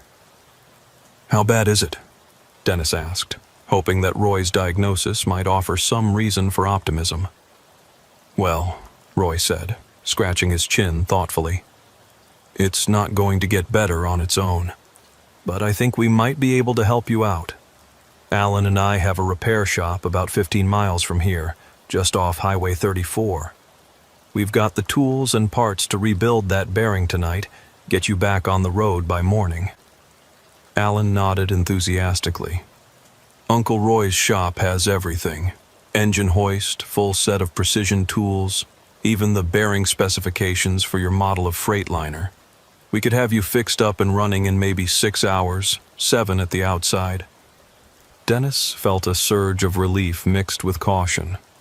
The offer seemed almost too good to be true. Finding qualified diesel mechanics in a remote area at nearly midnight, with immediate availability and all the necessary parts in stock. But Roy's diagnosis had sounded knowledgeable and professional, and Dennis was certainly in no position to be choosy about offers of assistance. "That's incredibly generous," Dennis said. "What would you charge for something like that?" Roy waved his hand dismissively. "Let's worry about the money after we get you fixed up. Right now, the important thing is getting you back on the road safely. A main bearing failure isn't something you want to ignore. Could seize your whole engine if it lets go completely." Dennis considered his options. He could call his company's roadside assistance program, but help might not arrive until morning, and he'd still need to find a qualified repair facility that could handle major engine work. Roy's offer provided immediate assistance from someone who claimed relevant expertise, and the alternative was spending the night stranded in a remote rest area hoping that his engine would start in the morning. "All right," Dennis said finally. "I really appreciate this. How do we get my truck to your shop?" "I'll ride with you," Roy said. "Alan can follow in the pickup. The shop's only about 15 miles, mostly downhill, so your engine shouldn't be under too much stress. If we take it easy and keep the RPMs low, we should make it without causing any additional damage." Dennis climbed back into his cab while Roy settled into the passenger seat, providing directions as they pulled out of the rest area and back onto the highway. Alan followed in the pickup truck, his headlights visible in Dennis's mirrors as they formed a small convoy heading toward what Dennis hoped would be a solution to his mechanical problems. As they drove through the dark Colorado landscape, Roy kept up a steady stream of conversation about diesel engines, truck maintenance, and the challenges of keeping commercial vehicles running in mountain terrain. His knowledge seemed extensive and authentic, covering everything from fuel injection timing to turbocharger maintenance with the kind of detailed understanding that came from decades of hands-on experience. "I started working on trucks when they were still all mechanical," Roy explained. "Before electronic fuel injection, before computer diagnostics, when you had to actually listen to an engine and feel what it was telling you. These modern trucks are more reliable, but they're also more complex. Sometimes the old-school diagnostic techniques are still the best way to identify problems." Dennis found Roy's conversation reassuring, confirming his impression that the man genuinely possessed the expertise necessary to diagnose and repair the engine problem that had forced him to stop. The directions Roy provided led them off the interstate onto a state highway that wound through increasingly remote terrain, past small communities that appeared to be mostly asleep at this late hour. "How long have you had your shop out here?" Dennis asked as they drove through a particularly isolated stretch of highway. "About 20 years now," Roy replied. "Started it after I got tired of working for other people in Cheyenne. Out here, I can set my own hours, choose my own customers, really focus on quality work instead of just turning wrenches as fast as possible." The landscape around them grew progressively more desolate as they continued following Roy's directions. Dennis began to notice that the businesses and residences along the highway appeared to be abandoned, with darkened windows and overgrown parking lots that suggested they'd been empty for years. Even the highway itself seemed to be in poor repair, with potholes and cracked pavement that indicated minimal maintenance attention. "Not much development out this way," Dennis observed, beginning to feel slightly uneasy about the isolation of their destination. "That's exactly why I like it," Roy said. "No neighbors to complain about noise, no zoning inspectors poking around, no city regulations telling me how to run my business. Just peace and quiet, and all the space I need to work on trucks properly." After nearly 30 minutes of driving through increasingly remote terrain, Roy directed Dennis to turn onto a gravel road that led away from the state highway into what appeared to be completely undeveloped wilderness. The road was rough and narrow, barely wide enough for Dennis's truck and trailer, with pine trees pressing close on both sides that created a tunnel effect in his headlights. "Are you sure this is right?"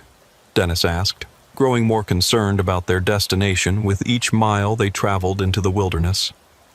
"Just a little further," Roy assured him. "The shop's set back from the main road for privacy. Don't worry, we'll have you fixed up in no time." Dennis began to regret his decision to follow Roy to this remote location. Every instinct he'd developed during 12 years of professional driving was telling him that something was wrong with this situation. Legitimate truck repair shops didn't operate in the middle of wilderness areas, accessible only by rough gravel roads that would make it difficult for customers to find them or for parts suppliers to make deliveries. But Dennis was committed now, following the gravel road deeper into the forest with Alan's pickup truck still visible in his mirrors. Turning around would be difficult with his 53-foot trailer, and Roy continued to provide confident directions that suggested they were approaching their destination. After what felt like an eternity of rough driving, Dennis's headlights illuminated a cluster of buildings in a clearing ahead. The facility appeared to be exactly what Roy had described: a truck repair shop with multiple bays, an office building, and several pieces of heavy equipment that would be necessary for major engine work. Dennis felt a mixture of relief and lingering unease as he maneuvered his truck into the position that Roy indicated. "Welcome to Peterson's Diesel Repair," Roy said as Dennis shut down his engine. "Best truck shop in Colorado, even if we are a little hard to find."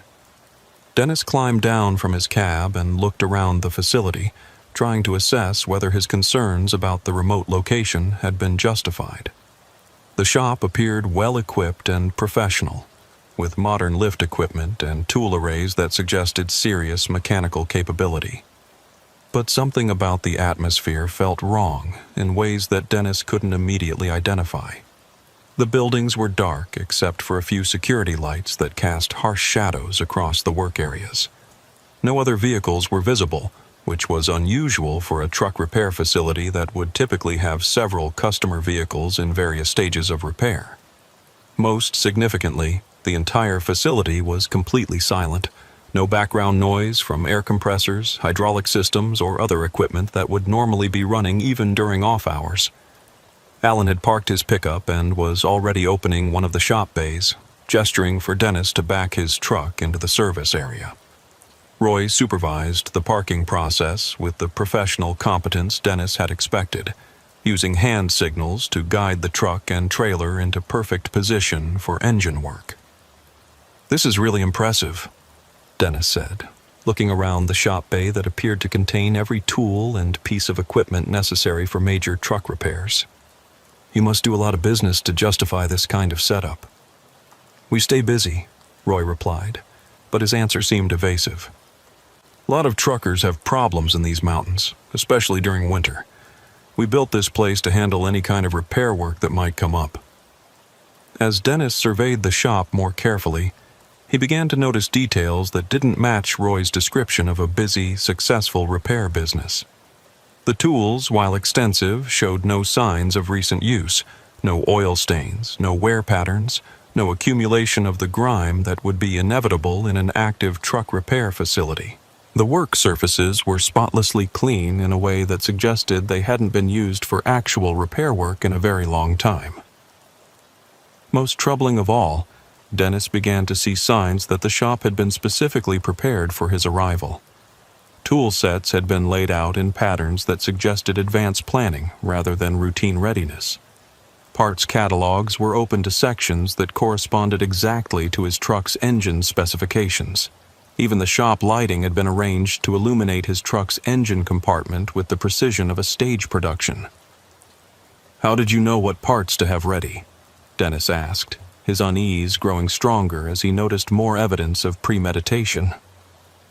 "Experience," Roy said, but his answer came a little too quickly. "After 30 years of working on diesels, you learn to anticipate what kind of problems truckers are likely to have. Main bearing failures on freight liners are pretty common in mountain terrain." Dennis wanted to believe Roy's explanation, but his instincts were screaming that something was fundamentally wrong with this situation. He'd never heard of main bearing failures being particularly common on freightliner engines, and the shop's level of preparation suggested knowledge of his specific problem that went beyond general experience. "Maybe I should call my dispatcher and let them know where I am," Dennis said, reaching for his cell phone. "Company policy requires me to report any major delays or route changes." "No signal out here," Alan said immediately. "We're in a dead zone between cell towers, but don't worry about it. We'll have you back on the road long before your dispatcher expects to hear from you." Dennis checked his phone and confirmed that Alan was correct. No signal bars, no data connection, no way to communicate with the outside world. He was completely isolated in this remote repair facility, dependent on Roy and Alan for both mechanical assistance and eventual departure. Roy had already begun removing the access panels that would allow him to examine Dennis's engine in detail. His movements were confident and practiced, suggesting genuine familiarity with truck maintenance procedures. But Dennis noticed that Roy was working without the diagnostic procedures that would normally precede major engine work. No computer scans, no systematic testing, no attempt to verify the problem before beginning disassembly. "Shouldn't you run some diagnostics before you start taking things apart?" Dennis asked. "I can tell what's wrong just by listening," Roy replied. "That's the advantage of 30 years' experience. You learn to trust your ears more than computers." As Roy continued working on the engine, Dennis became increasingly aware that Alan was positioning himself between Dennis and the shop exit, not in an obviously threatening way, but with the subtle body language of someone who was prepared to prevent departure if necessary. When Dennis moved toward the shop bay opening to get better cell phone reception, Alan casually moved to block his path while maintaining the pretense of casual conversation. "Uncle Roy's really something with engines," Alan said, his tone friendly but his positioning deliberate. "I've seen him diagnose problems that had other mechanics completely stumped. You're lucky we happened to be driving by when your truck broke down." Dennis was beginning to suspect that his encounter with Roy and Alan hadn't been the fortunate coincidence they'd presented it as. The timing of their appearance at the rest area, their immediate offer of assistance, and the preparedness of their shop all suggested a level of planning that went beyond chance encounters between strangers on remote highways. "How often do you guys patrol that rest area looking for stranded truckers?" Dennis asked, trying to sound casual while probing for information about their actual activities. "We don't patrol anywhere," Roy said from under the hood. "We were just heading home from our hunting trip when we saw you having trouble. Sometimes you get lucky and find help exactly when you need it." But Dennis was no longer convinced that luck had anything to do with his situation. He began to notice other details that suggested Roy and Alan's story didn't match the evidence around him. Their clothes showed no signs of having been on a hunting trip. No dirt, no outdoor odors, no hunting licenses or gear visible in their pickup truck.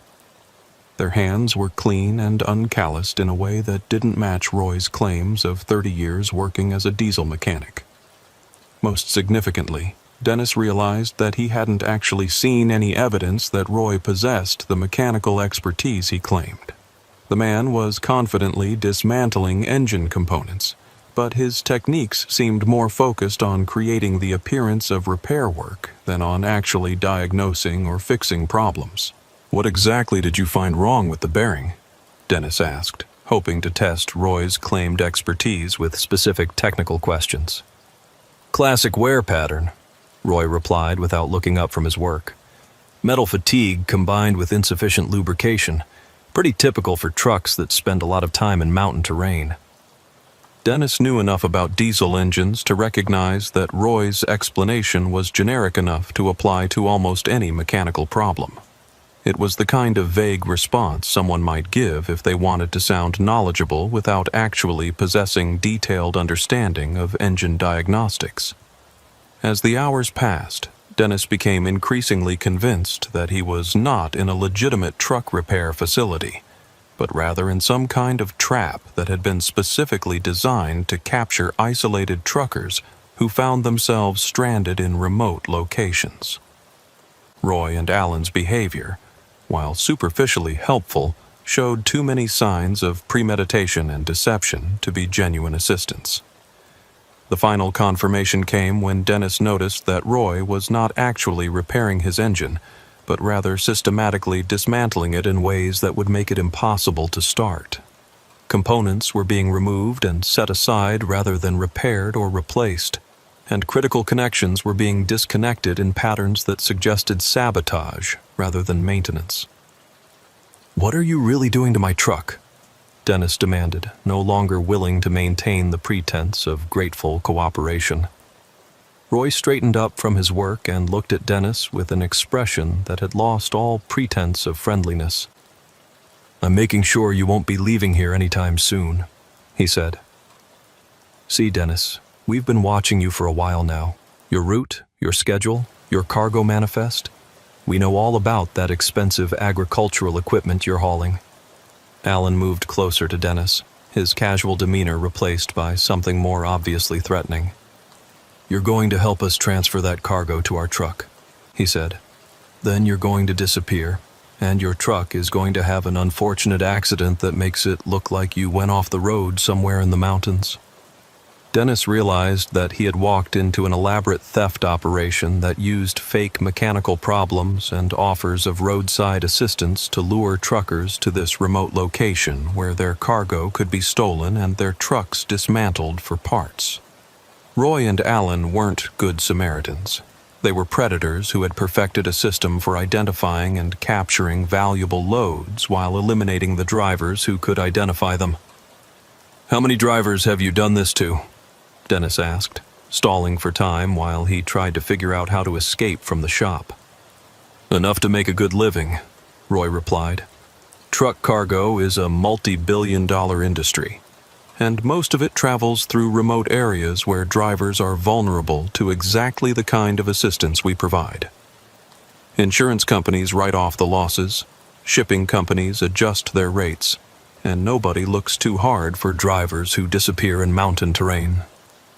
Dennis understood that he was in mortal danger. Roy and Alan had clearly done this before, and they had no intention of allowing him to leave their facility alive. His truck was being systematically disabled, his cargo was about to be stolen, and he was about to become another unsolved disappearance along America's highway system. But Dennis also realized that Roy and Alan had made at least one crucial mistake in their planning. They had assumed that he would be completely helpless once they revealed their true intentions, but Dennis had been preparing for exactly this kind of situation throughout his career as a truck driver. Hidden in his cab was a loaded .38 revolver that he carried for protection during runs through remote areas where law enforcement response times could be measured in hours rather than minutes. The gun was legally owned and properly licensed, and Dennis had practiced with it regularly at shooting ranges near his home base in Illinois. "I need to get something from my truck," Dennis said, trying to sound defeated and cooperative. "Nothing in that truck belongs to you anymore," Alan replied. "Everything in there is ours now, your cargo, your equipment, even your personal belongings." But Dennis had already spotted his opportunity. Roy was bent over the engine compartment with his back turned, and Alan was standing just close enough to be reached with a quick lunge. Dennis feinted toward his truck as if he was going to comply with Alan's demands, then suddenly changed direction and tackled the younger man with all his strength. The collision sent both men crashing into a tool cabinet, and Dennis used the confusion to sprint toward his cab where his revolver was hidden beneath the driver's seat. Alan was shouting for Roy's help, but Dennis reached his truck and retrieved his weapon before either of his captors could stop him. "Both of you step back," Dennis commanded, pointing the revolver at Roy and Alan while keeping his distance from both men. "I'm walking out of here, and if either of you tries to stop me, I'll shoot." Roy and Alan exchanged glances that suggested they were considering whether to rush Dennis despite his weapon. But Dennis had positioned himself strategically, with clear lines of sight to both men and multiple escape routes if the situation deteriorated further. "You can't just leave," Roy said.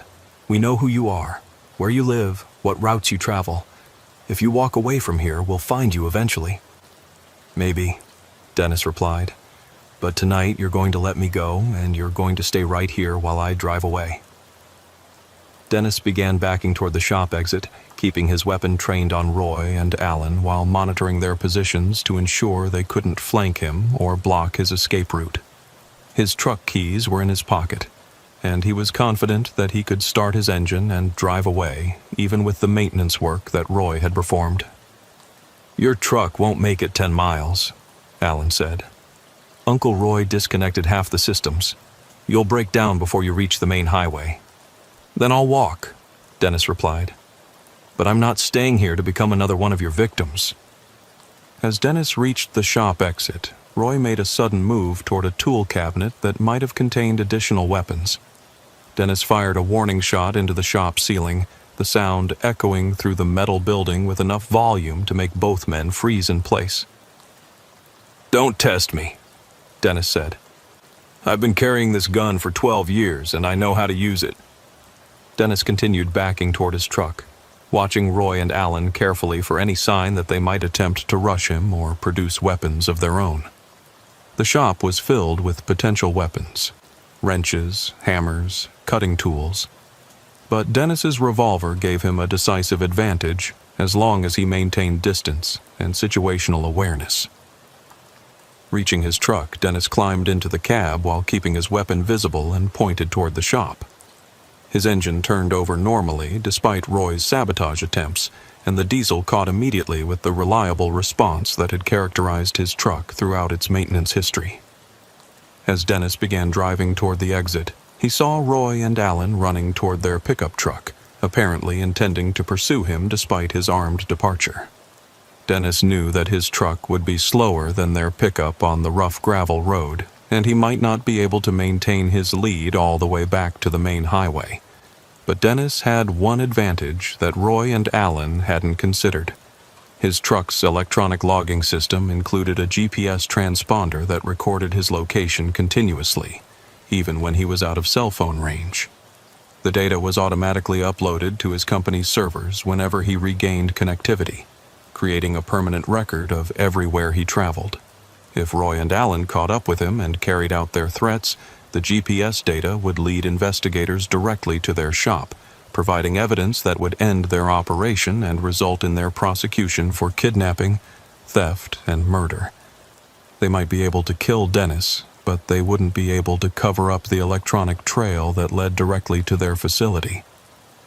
Dennis's truck reached the main highway just as Roy and Alan's pickup emerged from the gravel road behind him. But instead of pursuing him further, they stopped at the intersection and watched as Dennis drove away toward civilization and safety. Apparently, they had realized the same thing Dennis had understood. His GPS tracking system would lead authorities directly to them if anything happened to him. As Dennis drove toward the nearest town with cell phone coverage, he began to understand the full scope of what he had escaped. Roy and Alan were operating a sophisticated cargo theft ring that used fake mechanical problems and offers of roadside assistance to lure truckers to their remote facility. Once there, drivers would be robbed, their trucks would be stripped for parts, and the drivers themselves would disappear into the Colorado wilderness. Dennis's escape had disrupted their operation and exposed their location, but he realized that there might be other truckers who hadn't been as fortunate. How many drivers had accepted Roy's offer of assistance over the years?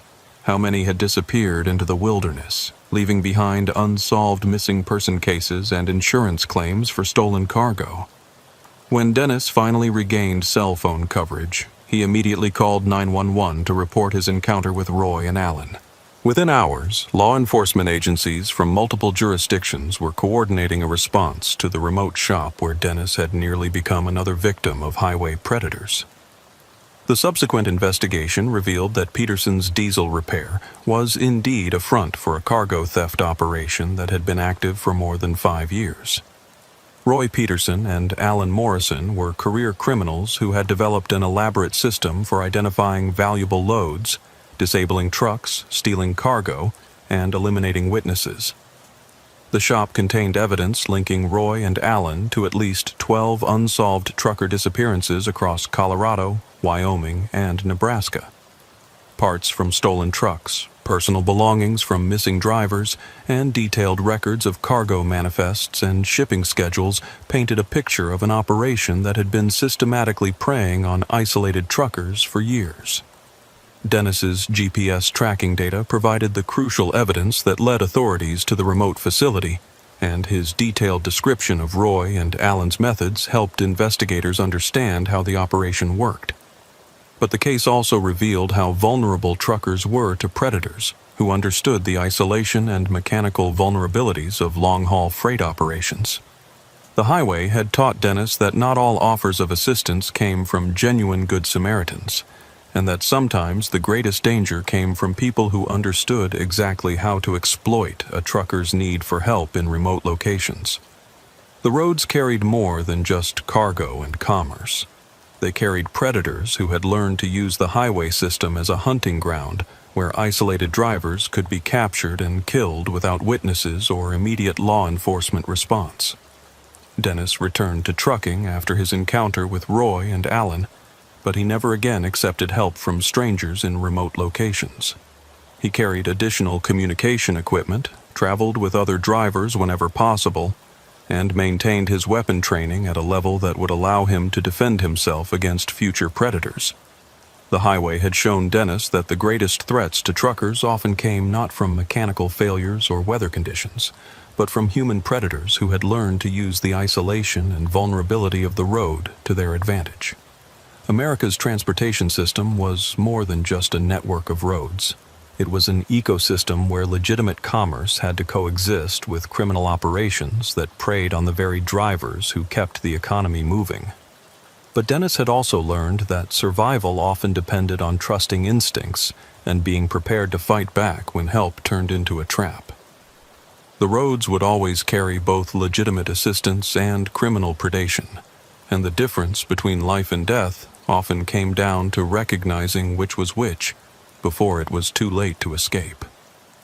The investigation into Peterson's diesel repair continued for months as law enforcement agencies worked to identify all the victims of Roy and Alan's operation. Dennis was called back repeatedly to provide testimony and help investigators understand the methods the criminals had used to lure truckers to their remote facility.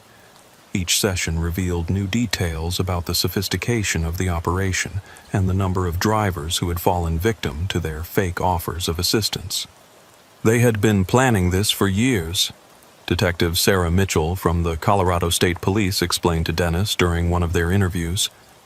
The shop was specifically designed to look legitimate while being equipped for cargo theft and body disposal.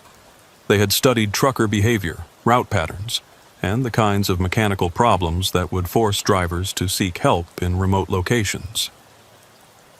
The evidence collected from the facility painted a picture of an operation that was far more extensive than Dennis had initially realized. Roy and Alan had been monitoring CB radio traffic to identify valuable loads, following potential targets for hundreds of miles to learn their routes and schedules, and even sabotaging trucks at rest stops to create the mechanical problems that would force drivers to seek assistance. "Your case was actually unusual," Detective Mitchell continued. "Most of their victims were lured to the shop after real mechanical failures that Roy and Alan had caused. They would tamper with trucks while drivers were sleeping or eating, then follow them until the sabotage caused a breakdown in a location where they could offer help." Dennis learned that his truck had indeed been sabotaged, but not in the way he'd initially suspected. Roy and Alan had tampered with his engine at a truck stop nearly 50 miles before the rest area where they'd found him having trouble. They had used a remote-controlled device to create the irregular engine sounds that had forced him to pull over, timing the breakdown to occur in the exact location where they could conveniently appear to offer assistance. They called it controlled failures, Detective Mitchell explained. They would plant devices that could create specific mechanical symptoms at predetermined times and locations. The device in your truck was designed to produce engine knock sounds without actually damaging the engine, at least not initially. If you had continued driving, it would have eventually caused real damage that would have stranded you anyway. The sophistication of Roy and Alan's operation extended far beyond simple mechanical sabotage. They had been studying truck maintenance schedules, fuel stop patterns, and driver behavior for years, developing profiles of truckers who would be most vulnerable to their assistance scam.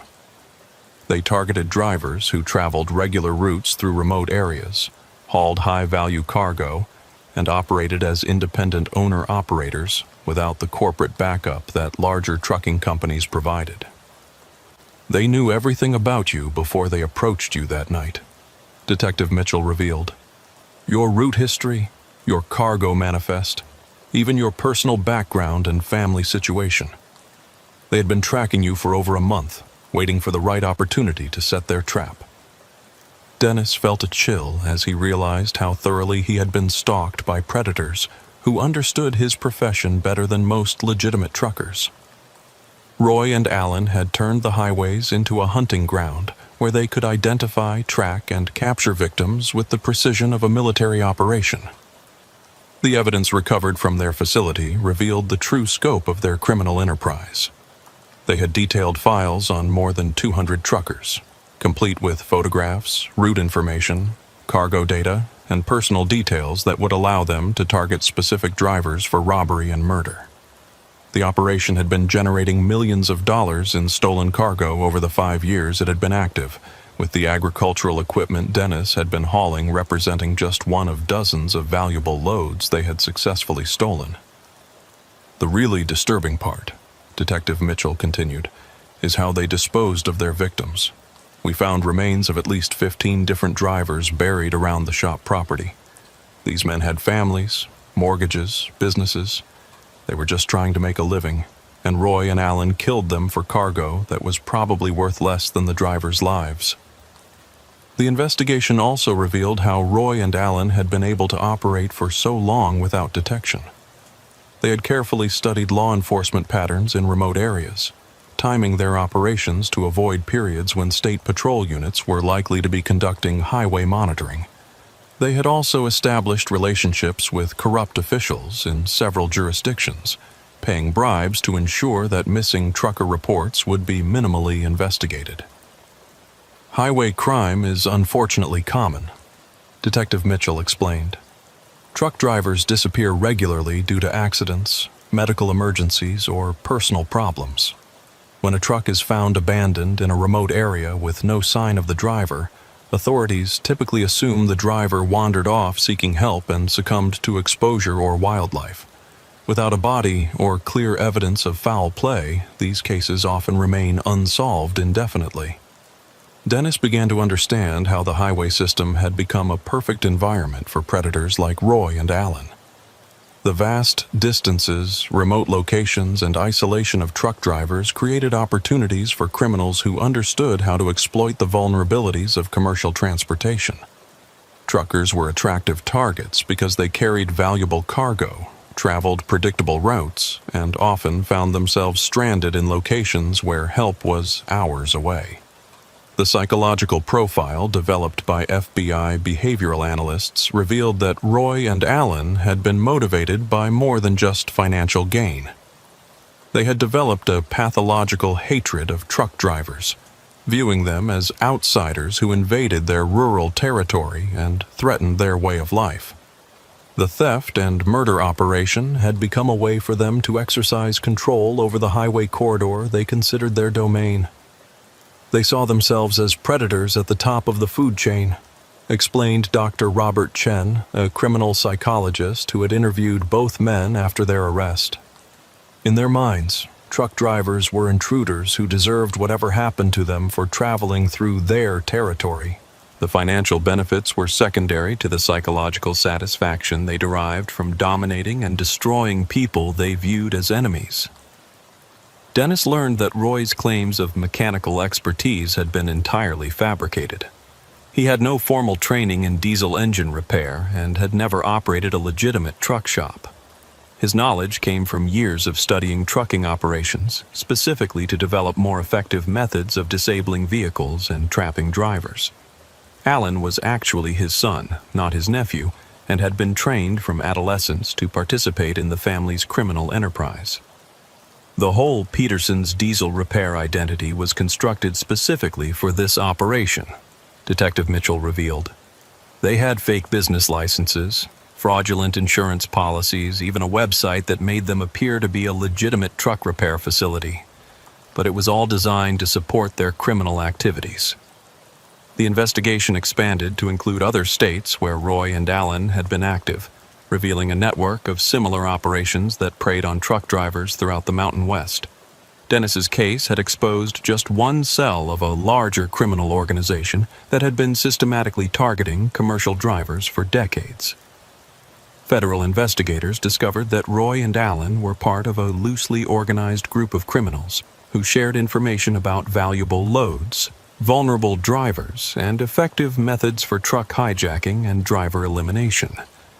The network included corrupt truck stop employees who provided inside information, police officers who suppressed investigations, and even some trucking company personnel who sold route and cargo data to criminal organizations. Your escape disrupted more than just Roy and Alan's operation, FBI agent Maria Santos explained to Dennis. The GPS tracking data from your truck led us to communications equipment that revealed the existence of the entire network. We've been able to identify and arrest more than 40 people involved in truck driver murders across 7 states. Dennis began to realize that his survival had implications far beyond his personal safety. By escaping from Roy and Alan's trap, he he had exposed a criminal network that had been responsible for hundreds of trucker disappearances over the past 2 decades. His GPS tracking data had provided the crucial evidence needed to unravel the entire organization and bring justice to families who had been wondering for years what had happened to their missing relatives. The trial of Roy Peterson and Alan Morrison became a landmark case in the prosecution of highway predators.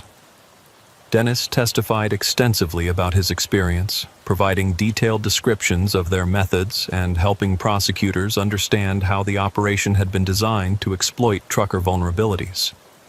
The defendants created an elaborate deception designed to exploit the natural tendency of truck drivers to help each other in remote locations. Prosecutor Janet Walsh explained in her opening statement.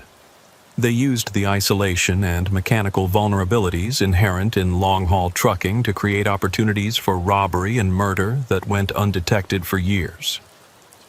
Roy and Alan's defense attorneys attempted to portray their clients as small-time criminals who had gotten in over their heads, but the evidence of premeditation and systematic targeting of victims made it clear that they were sophisticated predators who had turned truck driver murder into a profitable business model.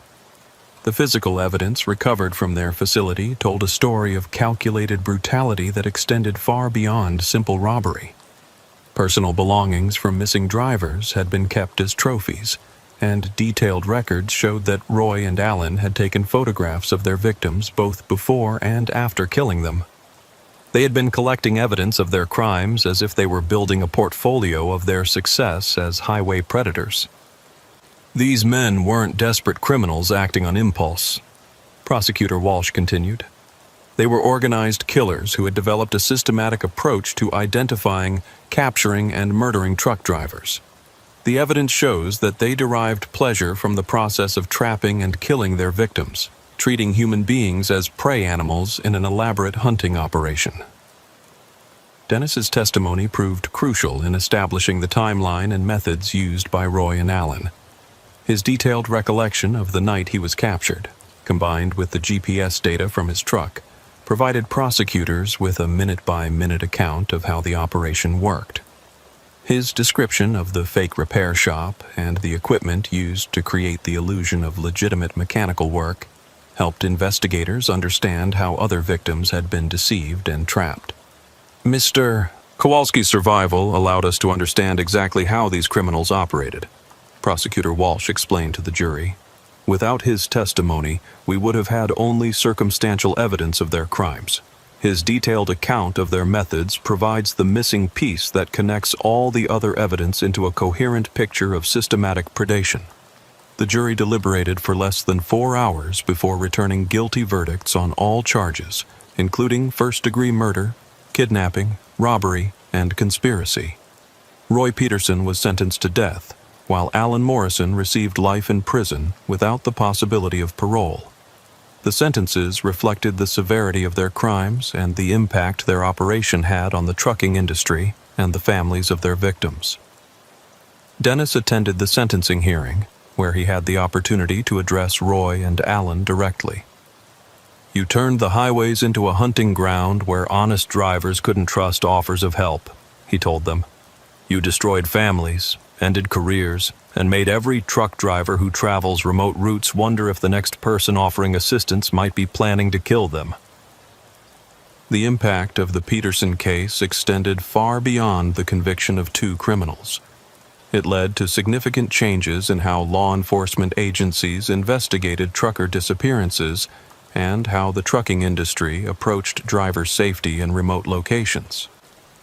New protocols were developed for GPS tracking, emergency communications, and driver check-in procedures that would make it more difficult for similar operations to succeed in the future.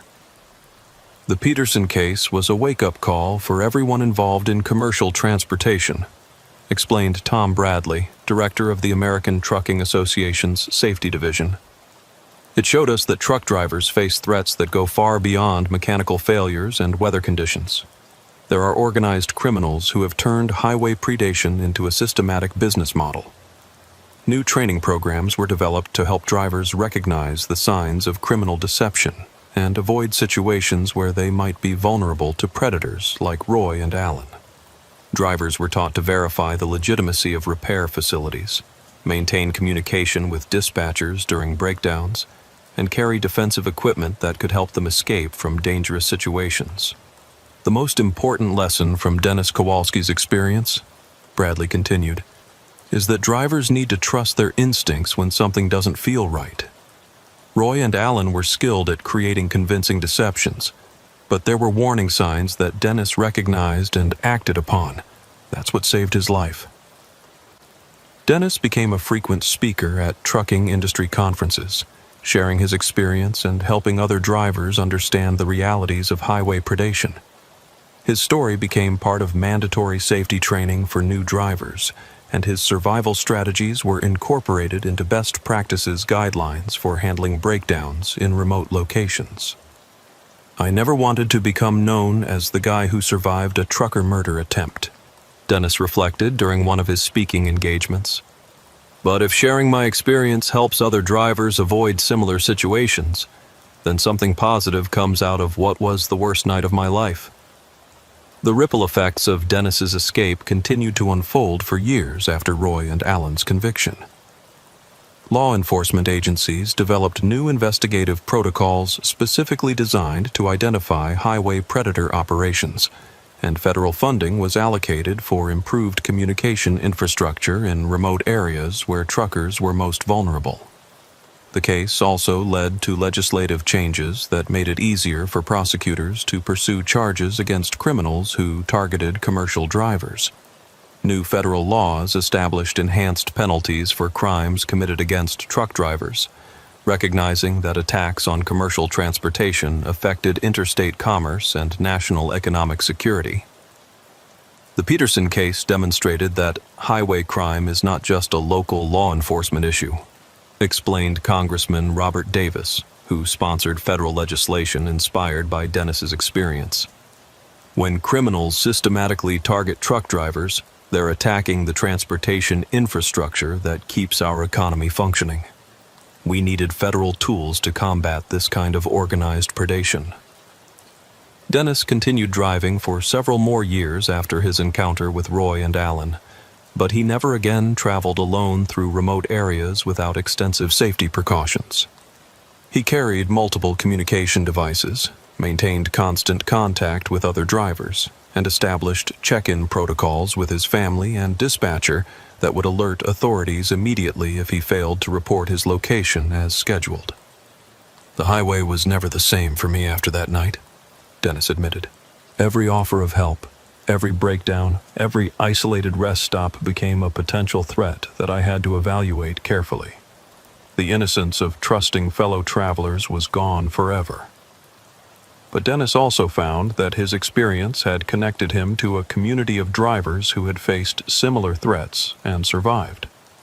Through trucking forums, safety organizations, and law enforcement networks, he met other drivers who had encountered highway predators and lived to tell their stories. These connections helped him process the trauma of his experience and find meaning in his survival. "There's a brotherhood among drivers who have faced these kinds of threats," Dennis explained. "We understand what it's like to realize that not everyone offering help on the highway has good intentions. We look out for each other in ways that other drivers might not understand." The legacy of Dennis's encounter with Roy and Alan extended beyond the trucking industry to influence how law enforcement agencies approached missing person cases in general. The realization that systematic predation could masquerade as assistance led to new investigative techniques that were applied to cases involving missing hikers, stranded motorists, and other vulnerable travelers. The Peterson case changed how we think about predator behavior in transportation corridors, explained FBI behavioral analyst Dr. Sarah Kim. It showed us that criminals can develop sophisticated operations that exploit the natural human tendency to seek and offer help during emergencies. We now look for these patterns in other contexts where people might be vulnerable to fake assistance scams. Dennis's survival also contributed to advances in vehicle tracking technology and emergency communication systems that made it more difficult for criminals to isolate and trap victims. GPS tracking became more sophisticated. Communication dead zones were mapped and addressed, and new protocols were developed for automatic alerts when vehicles deviated from planned routes. Technology can't prevent all criminal activity, explained automotive safety engineer Lisa Chen, but it can make it much more difficult for predators to operate without detection.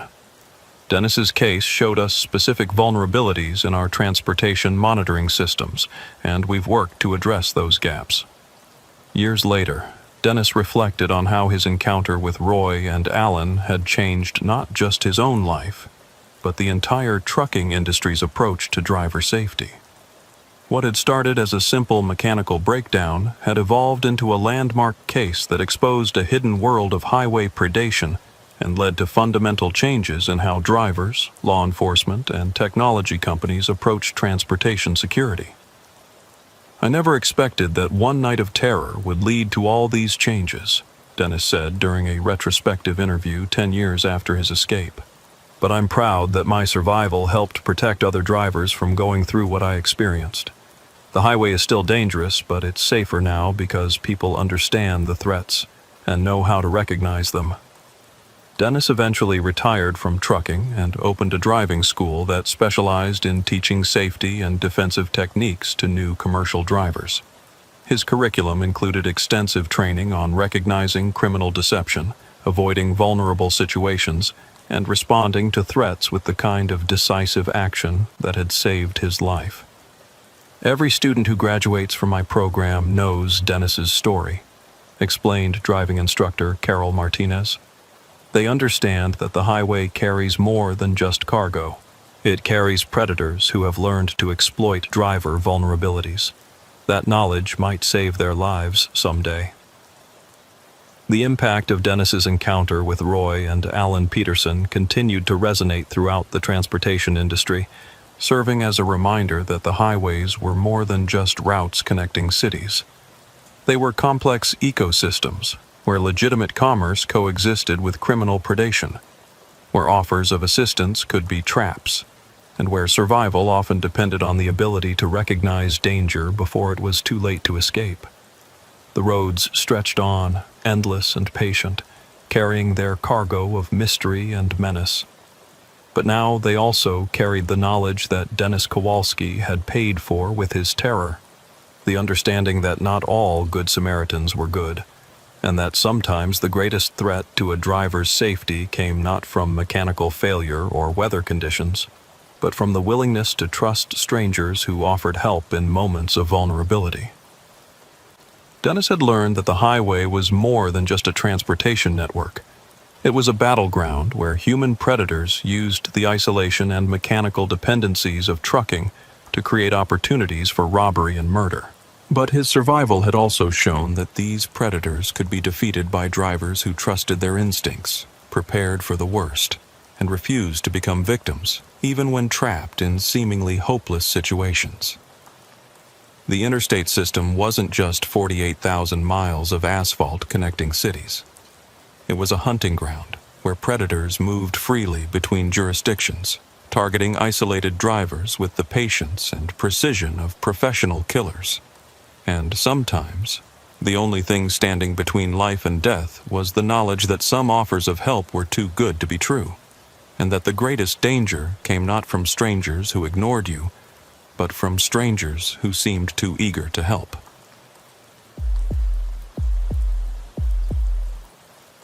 Carl's experience had proven that the road could break a person's mind as easily as it could break their truck, and that the greatest enemy a driver might face wasn't mechanical failure or bad weather, but the gradual dissolution of their ability to distinguish between what was real and what was imagined. The highway carried more than just cargo and commerce. It carried the potential for psychological transformation that could destroy lives or, with proper intervention and treatment, lead to new understanding of the human mind's vulnerability and resilience. The investigation into Carl's breakdown revealed disturbing patterns within the trucking industry that suggested his experience was not unique. Federal transportation safety officials discovered that psychological breakdowns among long-haul drivers were significantly more common than previously documented, with many cases being misclassified as simple fatigue or substance abuse rather than recognized as complex psychological crises requiring specialized treatment. Mr. Henderson's case opened our eyes to a hidden epidemic of psychological distress among commercial drivers, explained Dr. Janet Walsh, a federal transportation safety researcher who studied Carl's medical records and GPS tracking data. We found that the combination of financial pressure, sleep deprivation, and stimulant abuse creates a perfect storm for psychological breakdown that affects thousands of drivers every year. The research revealed that owner-operators like Carl were particularly vulnerable to psychological crisis because they faced direct financial consequences for any lost driving time. Unlike company drivers who received steady wages regardless of their productivity, owner-operators were paid only for completed miles, creating incentives to violate safety regulations and push themselves beyond sustainable limits. The economic structure of owner-operator trucking essentially rewards dangerous behavior, Dr. Walsh continued. Drivers who follow hours of service regulations and get adequate sleep earn less money than those who violate the rules and stay awake longer. This creates a system where psychological breakdown becomes an occupational hazard rather than an individual failing. Carl's case also highlighted the role of pharmaceutical networks within the trucking industry. Informal systems where drivers shared stimulants, sleeping pills, and other medications to help them manage the physical and psychological demands of long-haul driving.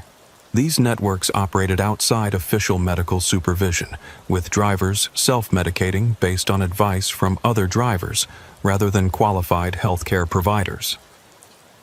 The pharmaceutical culture among truckers is essentially a form of collective self-medication, explained Dr. Robert Chen, a substance abuse specialist who interviewed Carl during his recovery. Drivers share drugs the same way they share information about routes or mechanical problems, without understanding the psychological risks they're creating. The combination of financial pressure, sleep deprivation, and unregulated drug use created conditions that were almost guaranteed to produce psychological breakdown in vulnerable individuals. Carl's 3-week descent into paranoid psychosis followed a pattern that researchers found in dozens of similar cases involving drivers who had been pushed beyond their psychological limits by the demands of modern trucking. What makes these cases so dangerous is that the psychological breakdown occurs gradually, often over weeks or months, Dr. Chen explained. Drivers don't suddenly become psychotic. They slowly lose touch with reality while continuing to operate commercial vehicles on public highways. By the time the breakdown becomes obvious, they may have been driving in a hallucinatory state for days. Carl's GPS tracking data provided researchers with unprecedented insight into how psychological breakdown affected driving performance. The electronic records showed that his route deviations, speed variations, and erratic lane changes had been increasing for more than 2 weeks before his final crisis, suggesting that his psychological deterioration had been affecting his driving long before he was found by law enforcement. The data shows that Mr. Henderson was a danger to public safety for at least 14 days before his breakdown was recognized, Dr. Walsh noted. During that time, he was sharing highways with thousands of other motorists who had no idea they were encountering a driver experiencing active hallucinations and paranoid delusions. The case led to new research into electronic monitoring systems that could detect signs of psychological distress before they resulted in dangerous driving behavior. Researchers began developing algorithms that could analyze GPS tracking data, electronic logging records, and vehicle performance metrics to identify patterns that might indicate driver psychological impairment. We're working on early warning systems that could alert fleet managers and safety officials when a driver's behavior suggests possible psychological distress, Dr. Walsh explained. The goal is to intervene before the breakdown becomes severe enough to endanger public safety. Carl's medical treatment also contributed to new understanding of how amphetamine psychosis developed and progressed in the context of professional driving. His detailed accounts of his hallucinations and paranoid thoughts provided psychiatrists with valuable information about how sleep deprivation and stimulant abuse combined to create specific types of psychological symptoms. Mr. Henderson's case is particularly valuable because he was able to provide such detailed descriptions of his hallucinatory experiences, explained Dr. Lisa Warren, the psychiatrist who supervised his treatment. Most patients with amphetamine psychosis have difficulty remembering or articulating their symptoms, but Mr. Henderson's intelligence and motivation allowed him to help us understand exactly how his perceptions became distorted. The hallucinations Carl experienced followed patterns that were consistent with other cases of stimulant-induced psychosis, but with specific elements that reflected the unique stresses and experiences of professional trucking. His paranoid delusions focused on surveillance by law enforcement, threats from other drivers, and conspiracies within the trucking industry, themes that reflected real aspects of his professional environment but distorted them into threatening fantasies. The content of drug-induced hallucinations often reflects the patient's actual life experiences and concerns, Dr. Warren noted. Mr. Henderson's paranoid thoughts about surveillance and conspiracy were based on real aspects of trucking, CB radio monitoring, GPS tracking, law enforcement inspections, but his impaired brain transformed these routine elements into threatening scenarios. Carl's recovery process also provided insights into how drivers could be helped to overcome the psychological trauma of extended psychotic episodes. His treatment involved not just medical detoxification and psychiatric medication, but also cognitive therapy designed to help him distinguish between his hallucinatory memories and actual events. One of the challenges in treating amphetamine psychosis is that patients often retain vivid memories of their hallucinatory experiences, Dr. Warren explained. Mr. Henderson could remember every detail of the surveillance vehicles and radio transmissions that had terrified him, even though he intellectually understood they had been imaginary. We had to help him process these memories without being overwhelmed by their emotional impact. The psychological impact of Carl's breakdown extended beyond his immediate medical treatment to affect his relationships with family members, former colleagues, and the broader trucking community. His experience challenged assumptions about mental health and professional competence that were deeply embedded in trucking culture. There's a stigma attached to psychological problems in the trucking industry, Carl reflected during his recovery. Drivers are supposed to be tough, independent, capable of handling anything the road throws at them. Admitting that you're having psychological problems feels like admitting that you're not cut out for the job. Carl's openness about his breakdown helped other drivers recognize and seek treatment for their own psychological problems. His case became part of educational programs designed to reduce stigma around mental health issues and encourage drivers to seek help before their problems became dangerous. Mr. Henderson's willingness to talk about his experience has probably saved lives, noted Tom Bradley, director of a driver wellness program that incorporated Carl's story into their training materials. When drivers hear about someone who went through psychological breakdown and recovered, it gives them permission to acknowledge their own problems and seek help. The long-term effects of Carl's psychotic episode continued to influence his life years after his recovery. Although his acute symptoms had resolved and he was no longer experiencing hallucinations or paranoid thoughts, he remained sensitive to stress and vulnerable to sleep disruption in ways that made it impossible for him to return to long-haul driving. The brain changes that occur during severe amphetamine psychosis can create lasting vulnerabilities, Dr. Warren explained.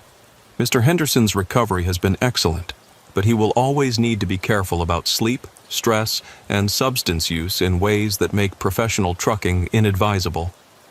Carl's new career in warehouse work provided stability and routine that supported his psychological recovery, but it also represented a significant reduction in income and professional status that required ongoing adjustment.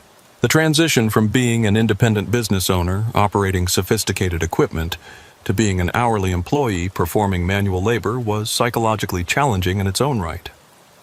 I had to grieve the loss of my trucking career the same way you would grieve the death of a family member, Carl explained. That identity, being a professional driver, being my own boss, being responsible for moving important cargo across the country, was a huge part of who I was. Losing that felt like losing myself. But Carl also found meaning in his experience by helping other drivers recognize the warning signs of psychological distress and seek appropriate treatment before their problems became dangerous. He became a speaker at trucking industry conferences and safety meetings, sharing his story and encouraging drivers to prioritize their mental health alongside their physical safety. If my breakdown can help other drivers avoid going through what I experienced, then maybe it wasn't completely pointless, Carl reflected. The highway broke my mind, but it also taught me things about psychological resilience and recovery that I never would have learned otherwise. Carl's case contributed to broader discussions about the psychological costs of modern economic systems that incentivized dangerous behavior through financial pressure. His experience illustrated how individual choices about sleep, drugs, and safety were shaped by structural factors that made psychological breakdown almost inevitable for vulnerable drivers. Mr. Henderson's breakdown wasn't just a personal failure, it was a systemic failure, argued Dr. Michael Torres, an economist who studied the trucking industry's impact on driver health. The economic incentives, regulatory gaps, and cultural norms that contributed to his psychological crisis continue to affect thousands of other drivers who are struggling with similar pressures. The case also highlighted the inadequacy of current mental health resources for addressing the specific needs of commercial drivers. Traditional psychiatric services were designed for stationary patients with regular schedules, not for people whose work required constant travel and irregular hours. The trucking industry needs specialized mental health services that understand the unique stresses and requirements of commercial driving, Dr. Torres continued. General psychiatric care isn't sufficient for addressing problems that are so closely tied to the specific demands of professional transportation. Years after his breakdown, Carl remained connected to the trucking community through online forums and industry publications, following developments in driver safety and mental health research. He watched with interest as new technologies and regulations were implemented to address some of the problems that had contributed to his psychological crisis. The industry is slowly getting better at recognizing psychological problems and providing help for drivers who need it, Carl observed. But there's still a long way to go before the culture really changes and drivers feel safe admitting they're struggling mentally. Carl's story became part of the larger narrative about how America's transportation system affected the people who operated it, demonstrating that the highway was more than just a network of roads. It was a psychological environment that could nurture or destroy human mental health depending on how it was navigated. The interstate system carried more than just cargo and commerce. It carried human consciousness across vast distances and through psychological territories that could be as dangerous as any physical hazard. Carl had learned that the greatest threat to a driver's safety might not come from other vehicles or weather conditions, but from the gradual erosion of their ability to distinguish between reality and imagination. The highway had shown Carl that the human mind, like any other piece of equipment, had operational limits that couldn't be safely exceeded. When those limits were surpassed through sleep deprivation, chemical stimulation, and psychological pressure, the results could be as catastrophic as any mechanical failure, and far more difficult to predict or prevent. But the road had also taught Carl about the possibility of recovery and redemption, about the human capacity to survive psychological breakdown and rebuild life on more sustainable foundations. His experience proved that even the most severe mental health crises could be overcome with appropriate treatment, social support, and the willingness to make difficult changes in lifestyle and career. Carl's 3-week cross-country descent into madness had revealed both the vulnerability and the resilience of human consciousness when subjected to the extreme conditions of modern commercial transportation. His journey across America had become a journey through the darkest territories of his own mind, where the familiar landmarks of rational thought disappeared beneath waves of paranoid delusion and hallucinatory terror. The aftermath of Carl's breakdown continued to ripple through the trucking industry as researchers, safety officials, and drivers themselves grappled with the implications of his experience. His case had exposed fundamental problems with how the transportation system treated human psychology, revealing that the same economic pressures that made the industry profitable were also making it psychologically dangerous for the people who operated it.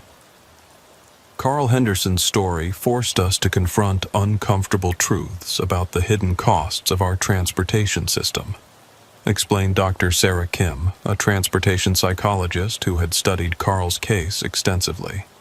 We discovered that psychological breakdown wasn't an isolated incident affecting a few troubled drivers.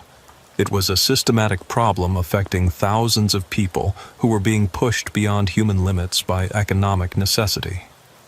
The research sparked by Carl's case revealed disturbing statistics about mental health in the trucking industry. Studies found that long-haul drivers experienced rates of depression, anxiety, and substance abuse that were significantly higher than the general population, with owner-operators like Carl showing the highest levels of psychological distress. The isolation, financial pressure, and physical demands of long-haul trucking create a perfect storm for mental health problems, Dr. Kim continued. When you add sleep deprivation and stimulant abuse to that combination, psychological breakdown becomes almost inevitable for vulnerable individuals. Carl's detailed medical records and GPS tracking data became the foundation for new research into how psychological breakdown progressed over time. Researchers were able to map the relationship between his deteriorating mental state and his increasingly erratic driving behavior, creating models that could potentially predict when other drivers might be approaching similar crisis points. Mr. Henderson's case gave us unprecedented insight into the timeline of psychological breakdown, explained Dr. Janet Walsh, who led the federal research team. We could see exactly how his driving performance deteriorated as his mental state declined, providing us with potential early warning signs that could be used to identify other drivers in crisis. The GPS data showed that Carl's route deviations and speed variations had begun increasing more than 3 weeks before his final breakdown, suggesting that intervention might have been possible if appropriate monitoring systems had been in place. His electronic logging records revealed a pattern of hours of service violations that had been escalating for months, indicating that his dangerous behavior had been building toward crisis for an extended period. The data suggests that psychological breakdown in trucking doesn't happen overnight, Dr. Walsh noted. It's a gradual process that develops over weeks or months, creating multiple opportunities for intervention if we know what to look for. The case led to development of new monitoring technologies designed to detect early signs of driver psychological distress. Trucking companies began implementing systems that could analyze GPS data, electronic logging records, and vehicle performance metrics to identify patterns that might indicate mental health problems. We're developing algorithms that can recognize the subtle changes in driving behavior that precede psychological breakdown, explained Dr. Robert Martinez, a computer scientist working on driver monitoring systems. The goal is to flag drivers who might be developing problems before they become dangerous to themselves or others. But the technological solutions also raised concerns about privacy and the potential for discrimination against drivers who sought mental health treatment. Carl's experience demonstrated how financial pressure could drive people to hide psychological problems rather than risk losing their employment, and new monitoring systems needed to balance safety concerns with drivers' rights to privacy and fair treatment. There's a real tension between protecting public safety and protecting drivers' privacy, noted labor attorney Lisa Chen, who represented truckers in disputes with employers. Drivers are already subject to extensive monitoring and regulation, and adding psychological surveillance raises serious questions about workers' rights and medical confidentiality. Carl became an advocate for mental health resources that would help drivers without exposing them to employment discrimination. His experience had taught him that seeking help for psychological problems often required more courage than continuing to drive while impaired, and he worked to create systems that would support drivers rather than punish them for acknowledging their problems. The industry needs to make it safe for drivers to admit they're struggling mentally, Carl argued during his speaking engagements. Right now, most drivers would rather risk a breakdown than risk losing their jobs by seeking help. That has to change if we want to prevent more tragedies. Carl's advocacy work connected him with other drivers who had experienced psychological crises, creating an informal support network of people who understood the unique challenges of maintaining mental health in the trucking industry. These connections helped reduce the isolation that had contributed to his own breakdown and provided him with a sense of purpose in his recovery. Meeting other drivers who had gone through similar experiences was crucial for my healing, Carl reflected. It helped me understand that I wasn't weak or defective. I was someone who had been pushed beyond human limits by impossible circumstances. The support network grew into a formal organization that provided peer counseling, educational resources, and advocacy for improved mental health services in the trucking industry. Carl's story became the centerpiece of their outreach efforts, demonstrating that psychological breakdown could be survived and that recovery was possible with appropriate support. Carl's willingness to share his experience openly has broken down a lot of barriers, explained Nancy Rodriguez, a former truck driver who became a peer counselor. When drivers hear his story, they realize that psychological problems aren't a sign of weakness. They're an occupational hazard that requires the same attention as any other safety issue. The organization also worked to educate trucking companies about the economic benefits of supporting driver mental health. Carl's breakdown had cost his employer a valuable truck, lost cargo, insurance claims, and regulatory scrutiny that could have been avoided with earlier intervention. Psychological breakdown is expensive for everyone involved, noted Tom Bradley, a fleet safety manager who implemented new mental health protocols based on Carl's case. When you factor in the costs of accidents, insurance claims, and regulatory violations, investing in driver mental health becomes a clear business advantage. The educational efforts gradually began to change attitudes within the trucking industry, reducing stigma around mental health issues and encouraging drivers to seek help before their problems became dangerous. Carl's story became part of mandatory safety training for new drivers, teaching them to recognize the warning signs of psychological distress in themselves and their colleagues. We use Mr. Henderson's case to illustrate how financial pressure and sleep deprivation can combine to create dangerous psychological conditions, explained Dr. Maria Santos, who developed training materials for the Federal Motor Carrier Safety Administration. Drivers learn that psychological breakdown isn't a personal failing. It's a predictable result of specific risk factors that can be managed with appropriate intervention. The training also emphasized the importance of maintaining work-life balance, getting adequate sleep, and avoiding the pharmaceutical networks that had contributed to Carl's breakdown. Drivers learned alternative strategies for managing fatigue, stress, and financial pressure that didn't involve stimulant abuse or hours of service violations.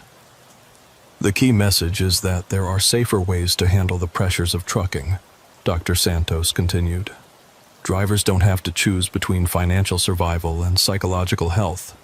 There are resources and strategies that can help them maintain both. Carl's case also influenced federal policy discussions about hours of service regulations, driver compensation, and safety monitoring systems. His experience demonstrated that current regulations weren't sufficient to prevent dangerous psychological conditions, and policymakers began considering additional protections for driver mental health. The Henderson case shows that we need to think beyond traditional safety regulations, explained Congressman David Wilson, who chaired a subcommittee on transportation safety. Psychological breakdown is a safety issue that affects everyone on the highway, and we need policies that address the root causes rather than just the symptoms. The policy discussions focused on creating economic incentives for safe behavior rather than punishing drivers for following regulations. Carl's experience had shown how financial pressure could override safety considerations, and reformers argued that compensation systems needed to be restructured to reward compliance rather than productivity alone.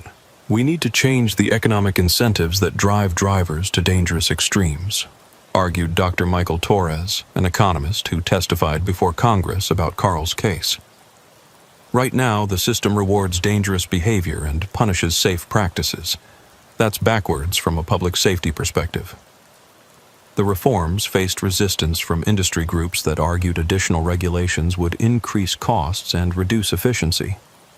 But Carl's case provided compelling evidence that the current system was already imposing hidden costs through accidents, insurance claims, and regulatory violations that could be reduced through better mental health support. The costs of psychological breakdown are already being paid, Dr. Torres argued. They're just being paid by insurance companies, healthcare systems, and accident victims, rather than by the industry that creates the conditions causing the problems. Carl continued to follow these policy discussions with interest, understanding that systemic changes would be necessary to prevent other drivers from experiencing what he had gone through. His individual recovery was important, but addressing the industry-wide problems that had contributed to his breakdown would require collective action and institutional reform. My breakdown was personal, but the causes were systemic, Carl observed. Until we change the economic and cultural factors that push drivers beyond human limits, there will be more people like me having psychological crises while operating commercial vehicles. Years after his breakdown, Carl remained committed to mental health advocacy while building a stable life in his new career. His warehouse work provided routine and predictability that supported his psychological recovery, and his advocacy efforts gave him a sense of purpose that helped him find meaning in his traumatic experience. I lost my trucking career, but I gained an understanding of mental health that I never would have developed otherwise, Carl reflected. The breakdown was the worst experience of my life, but it also taught me things about resilience and recovery that have made me a stronger person. Carl's story continued to inspire other drivers who were struggling with similar challenges, proving that psychological breakdown could be survived and that life could be rebuilt on more sustainable foundations. His experience demonstrated that the highway, while dangerous to mental health, could also be a teacher that revealed important truths about human vulnerability and resilience. The road had broken Carl's mind, but it had also shown him the possibility of healing and transformation.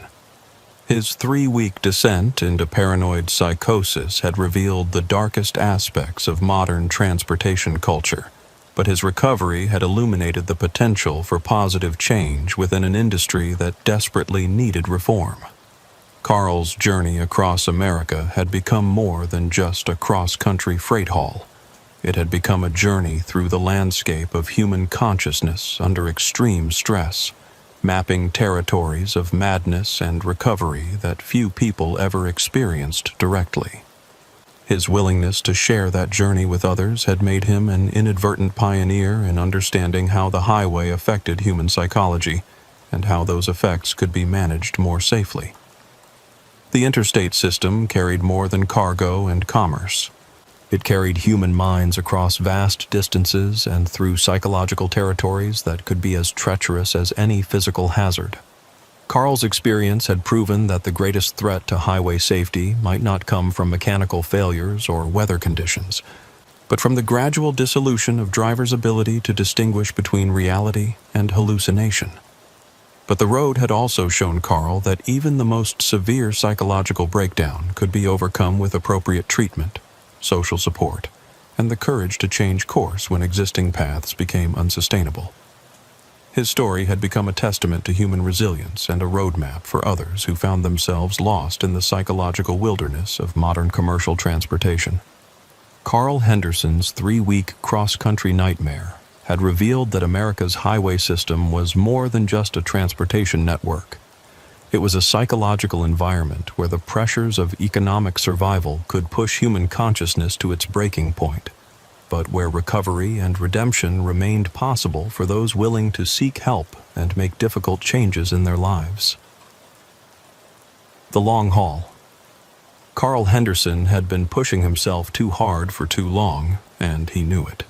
3 weeks of back-to-back cross-country runs from Seattle to Miami, averaging 18 hours of driving per day with minimal sleep, had left him operating on caffeine, determination, and the kind of pharmaceutical assistance that kept long-haul truckers moving when their bodies demanded rest.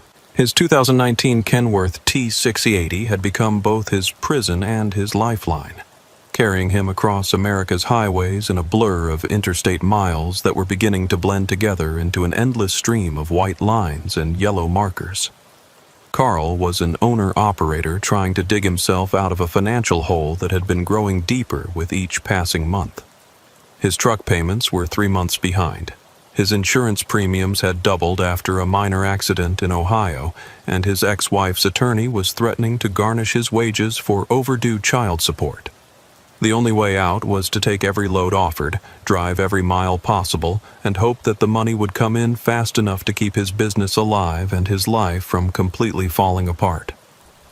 The current run was supposed to be his salvation. A high-paying load of electronics from Portland to Jacksonville, with a tight delivery schedule that would pay bonuses for early arrival. But somewhere between the loading dock in Oregon and the weigh station in Idaho, Carl had begun to suspect that he wasn't alone in his truck. It started with peripheral movement, shadows in his mirrors that didn't correspond to any visible vehicles on the highway. Carl would catch glimpses of motion in his side mirrors, dark shapes that seemed to be following his truck at distances that made no sense given the traffic patterns around him. When he turned to look directly, there would be nothing there. Just empty highway stretching into the distance under the endless sky of eastern Oregon's high desert. Carl tried to rationalize the phantom sightings as fatigue-induced hallucinations, the kind of visual distortions that every long-haul driver experienced during extended periods behind the wheel. After 72 hours of driving with only brief catnaps at truck stops, his brain was bound to be playing tricks on him. The human visual system wasn't designed to process the constant motion and repetitive patterns of highway driving for days at a time without adequate rest. But the shadows in his mirrors were becoming more persistent, more defined, and more obviously inconsistent with the actual traffic around his truck. Carl would see vehicles that appeared to be traveling alongside him in adjacent lanes, matching his speed perfectly but remaining just outside his direct vision. When he changed lanes to get a better view of these phantom vehicles, they would seem to change lanes with him, maintaining their relative position while staying invisible to his direct observation. The sleep deprivation was definitely affecting Carl's judgment and perception, but he couldn't afford to stop for a proper rest break. His delivery schedule allowed for minimal delays, and every hour spent sleeping was an hour that brought him closer to missing his deadline and losing the bonus money that represented the difference between financial survival and bankruptcy.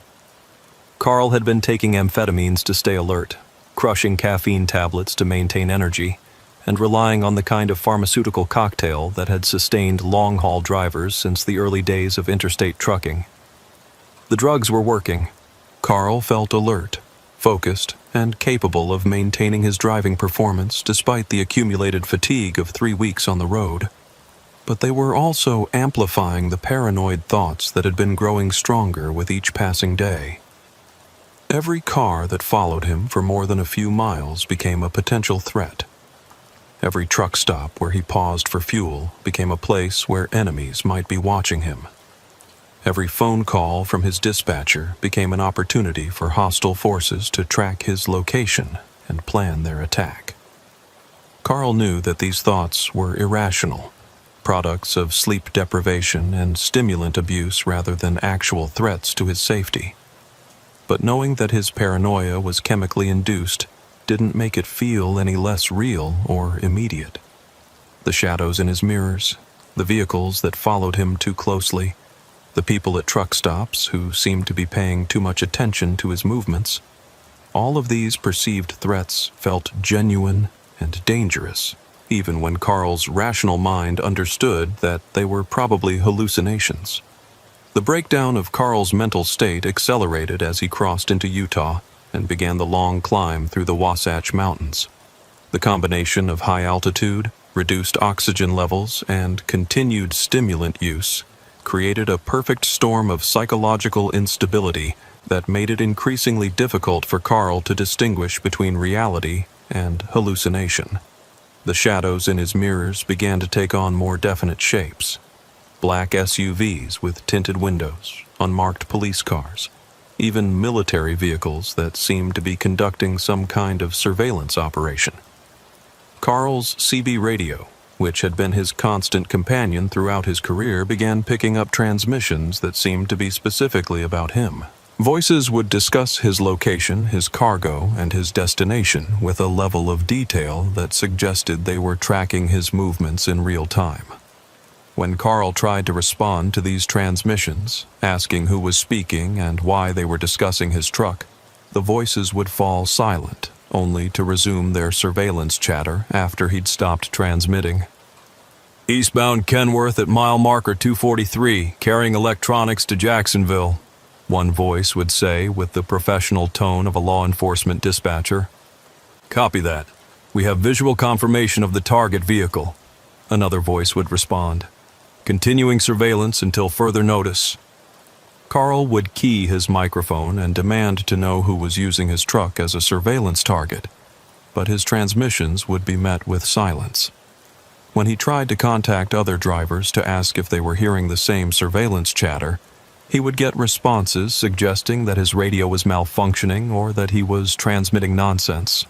"Driver, you're not making any sense," a veteran trucker would respond to Carl's frantic questions about the surveillance operation. "I'm not hearing any law enforcement traffic about your truck. Maybe you should pull over and get some rest."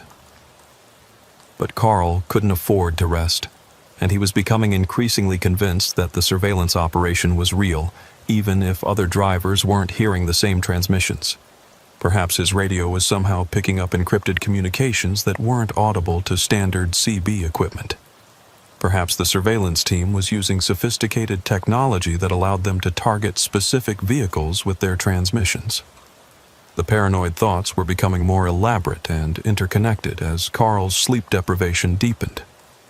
He began to suspect that his ex-wife's attorney had hired private investigators to track his movements, gathering evidence that could be used to prove he was violating hours of service regulations or operating his truck in unsafe conditions. The surveillance vehicles in his mirrors, the radio transmissions about his location, the people at truck stops who seemed to be watching him. All of these phenomena could be explained by a coordinated investigation designed to destroy his trucking career and leave him unable to pay child support. But there were other possibilities that seemed equally plausible in Carl's deteriorating mental state. Perhaps federal agents were investigating him for some unknown violation of transportation regulations. Perhaps his cargo of electronics contained something illegal that he wasn't aware of, making him an unwitting participant in a smuggling operation.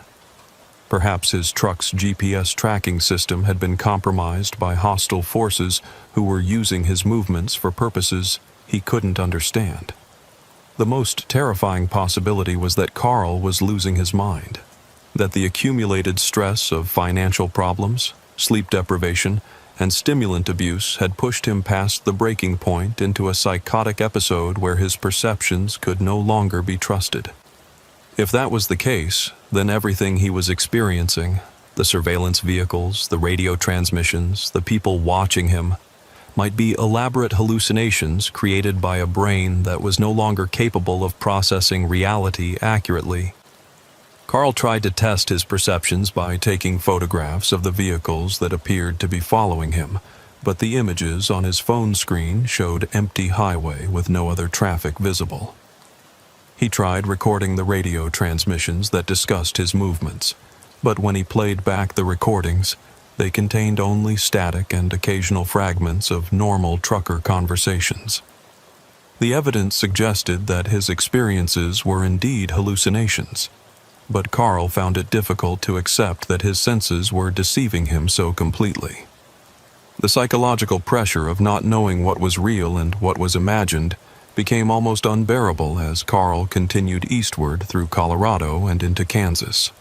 He was caught between the certainty of his perceptions and the evidence that those perceptions might be false, between the immediate reality of what he was seeing and hearing and the rational understanding that sleep deprivation could create convincing hallucinations. Carl's driving began to deteriorate as his mental state continued to degrade.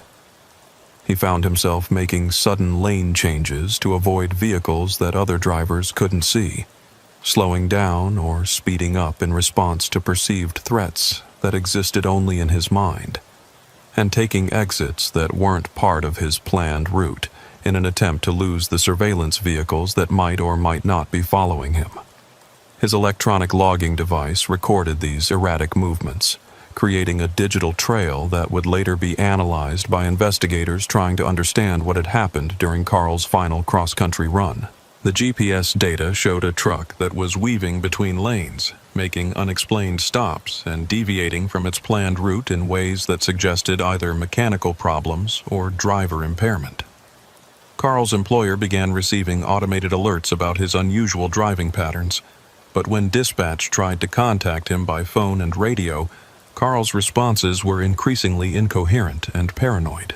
He insisted that he was being followed by multiple surveillance teams, that his radio was picking up encrypted law enforcement communications, and that he needed to change his route to avoid capture by hostile forces. "Carl, you need to pull over and get some rest," his dispatcher urged during one of their conversations. "You've been driving for 3 days straight, and you're not thinking clearly. Find a safe place to stop and we'll arrange for another driver to take over your load." But Carl was convinced that stopping would make him vulnerable to whatever forces were tracking his movements. He believed that his only safety lay in constant motion, in staying ahead of the surveillance teams that were coordinating their pursuit through radio communications he could hear, but others apparently couldn't. The idea of stopping at a truck stop or rest area, where he would be a stationary target surrounded by potential enemies, seemed like suicide. Carl's paranoid delusions became more elaborate as he crossed into Missouri and began the final leg of his journey toward Florida. He became convinced that the entire trucking industry was involved in a conspiracy against him, that truck stops were reporting his location to surveillance teams, that way stations were coordinating with law enforcement to trap him, and that other drivers were providing information about his movements to hostile forces. Every interaction with other people became a potential intelligence-gathering operation in Carl's mind. When he stopped for fuel, he was convinced that the clerk was asking too many questions about his destination and schedule. When other drivers tried to make conversation at truck stops, he was certain they were attempting to extract information about his cargo and route. When law enforcement officers conducted routine inspections, he was sure they were part of the larger surveillance operation that was tracking his every movement. The CB radio transmissions about his truck became more frequent and detailed as Carl's paranoia deepened. He heard voices discussing his mental state, his erratic driving, and plans to intercept him before he could reach his destination. The transmissions had a professional quality that suggested they were coming from legitimate law enforcement sources, but they also contained details about Carl's personal life that seemed impossible for strangers to know. "Target is showing signs of severe psychological distress," one voice would report. "Recommend intervention before he becomes a danger to other motorists." "Copy that. We're coordinating with Florida authorities to set up an intercept point near the Georgia border," another voice would respond. "Subject appears to be armed and should be considered dangerous." Carl had no idea why the surveillance team thought he was armed, since he didn't carry any weapons in his truck. But the radio transmissions were so detailed and professional that he began to wonder if he was indeed carrying something dangerous without knowing it. Perhaps his cargo of electronics contained weapons or explosives that had been hidden among the legitimate shipments. Perhaps he was being used as an unwitting courier for a terrorist organization or criminal enterprise.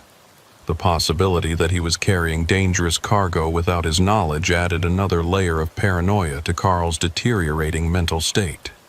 He began to imagine that his truck could be remotely detonated by hostile forces, that the electronics in his trailer contained surveillance equipment that was tracking his movements, and that he was being set up as a patsy in some larger criminal operation.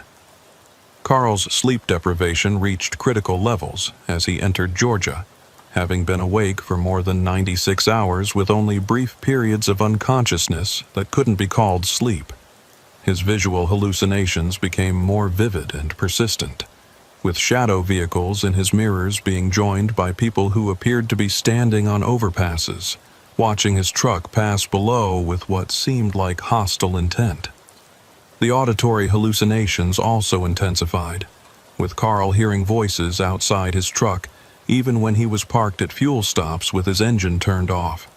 The voices seemed to be discussing plans to stop his truck, arrest him for crimes he didn't understand, and confiscate cargo that they claimed was evidence of illegal activity.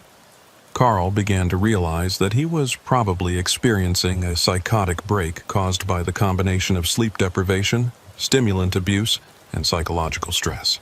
But this rational understanding didn't make the hallucinations any less vivid or terrifying.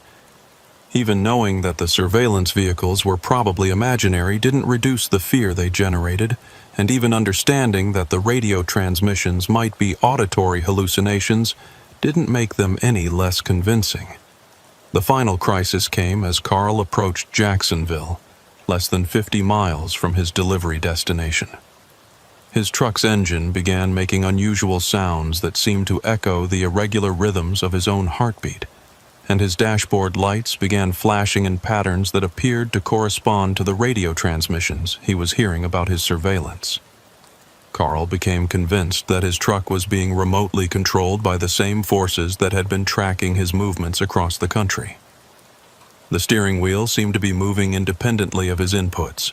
The accelerator responded sluggishly to his commands, and the brake pedal felt spongy in a way that suggested someone else was controlling his vehicle's speed and direction.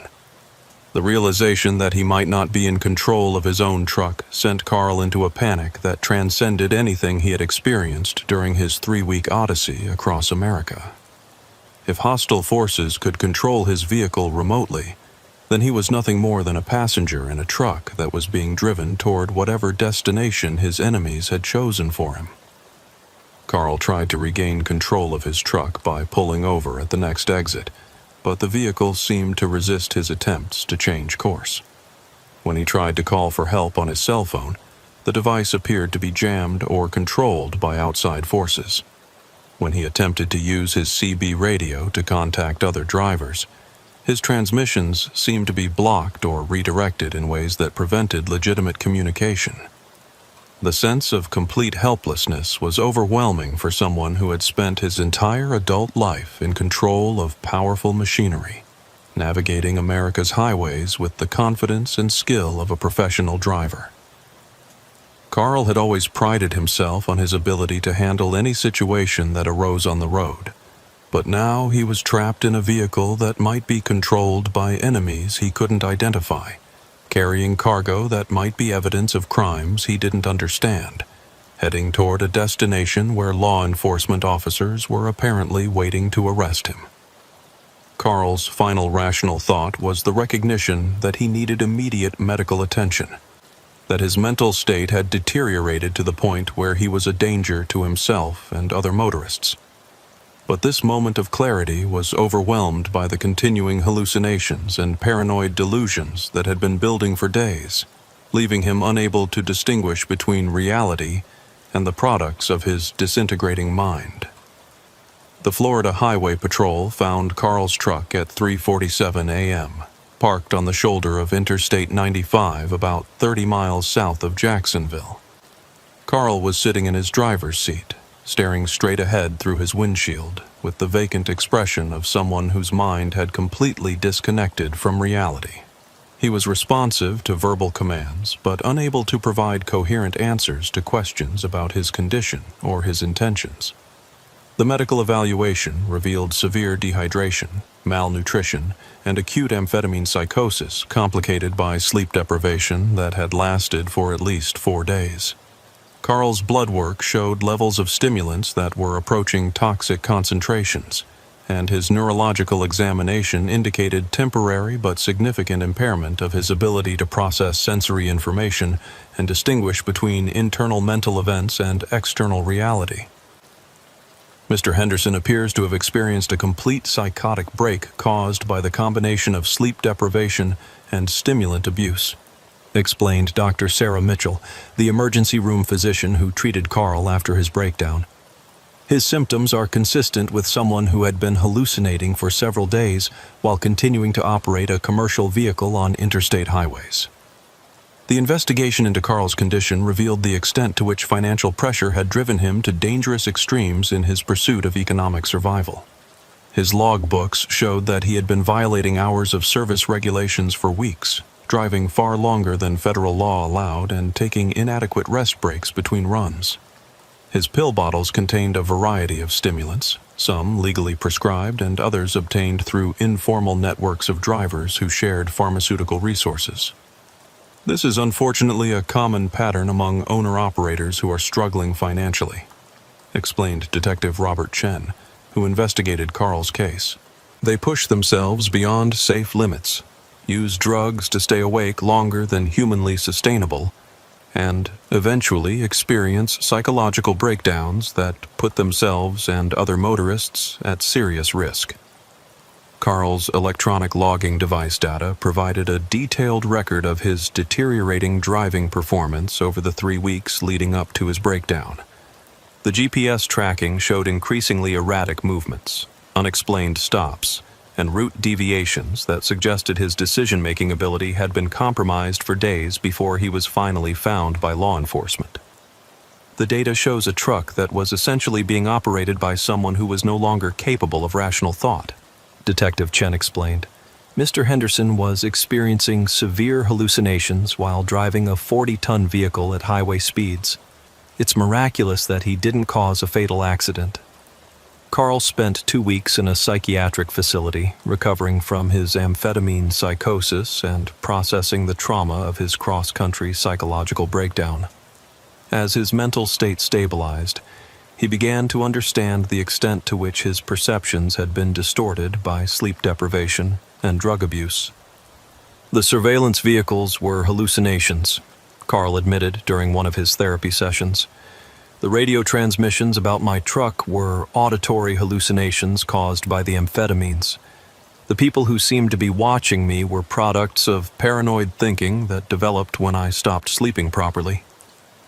But even with rational understanding of what had happened to him, Carl found it difficult to completely dismiss the memories of his 3-week paranoid episode. The hallucinations had been so vivid and convincing that they felt more real than his current hospital environment, and the fear they had generated continued to affect his emotional state, even after he understood their illusory nature. Recovery from this kind of psychotic episode involves more than just getting the drugs out of your system, explained Dr. Lisa Warren, the psychiatrist who supervised Carl's treatment. Mr. Henderson experienced weeks of terror and paranoia that felt completely real to him. Even though he now understands that his perceptions were distorted, the emotional impact of those experiences continues to affect him. Carl's trucking career ended with his psychological breakdown. His commercial driver's license was suspended pending medical evaluation. His truck was repossessed by the financing company, and his transportation business collapsed under the weight of unpaid bills and insurance claims. The financial problems that had driven him to dangerous extremes were now compounded by medical expenses and legal fees that made recovery even more difficult. I destroyed my life trying to save my business, Carl reflected during his final therapy session. The pressure to keep driving, to take every load, to stay awake longer than humanly possible, it all seemed necessary at the time, but it just made everything worse. Carl's case became part of ongoing research into the psychological effects of sleep deprivation and stimulant abuse among commercial drivers. His detailed medical records and the GPS tracking data from his truck provided researchers with valuable information about how financial pressure, regulatory violations, and drug abuse could combine to create dangerous psychological conditions. Mr. Henderson's experience illustrates the hidden costs of economic pressure in the trucking industry, explained Dr. Michael Torres, a researcher who studied Carl's case. When drivers feel forced to choose between financial survival and safe operating practices, some will push themselves to extremes that result in psychological breakdown and public safety risks. The case also highlighted the inadequacy of current systems for identifying and assisting drivers who were experiencing psychological distress.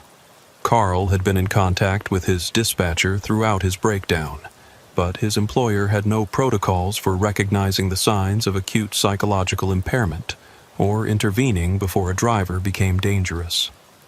The trucking industry needs better systems for monitoring driver mental health and providing assistance before psychological problems become safety hazards, Dr. Torres continued. Mr. Henderson's breakdown was preventable if there had been appropriate intervention when his behavior first became erratic. Carl eventually found work in a warehouse, loading trucks rather than driving them.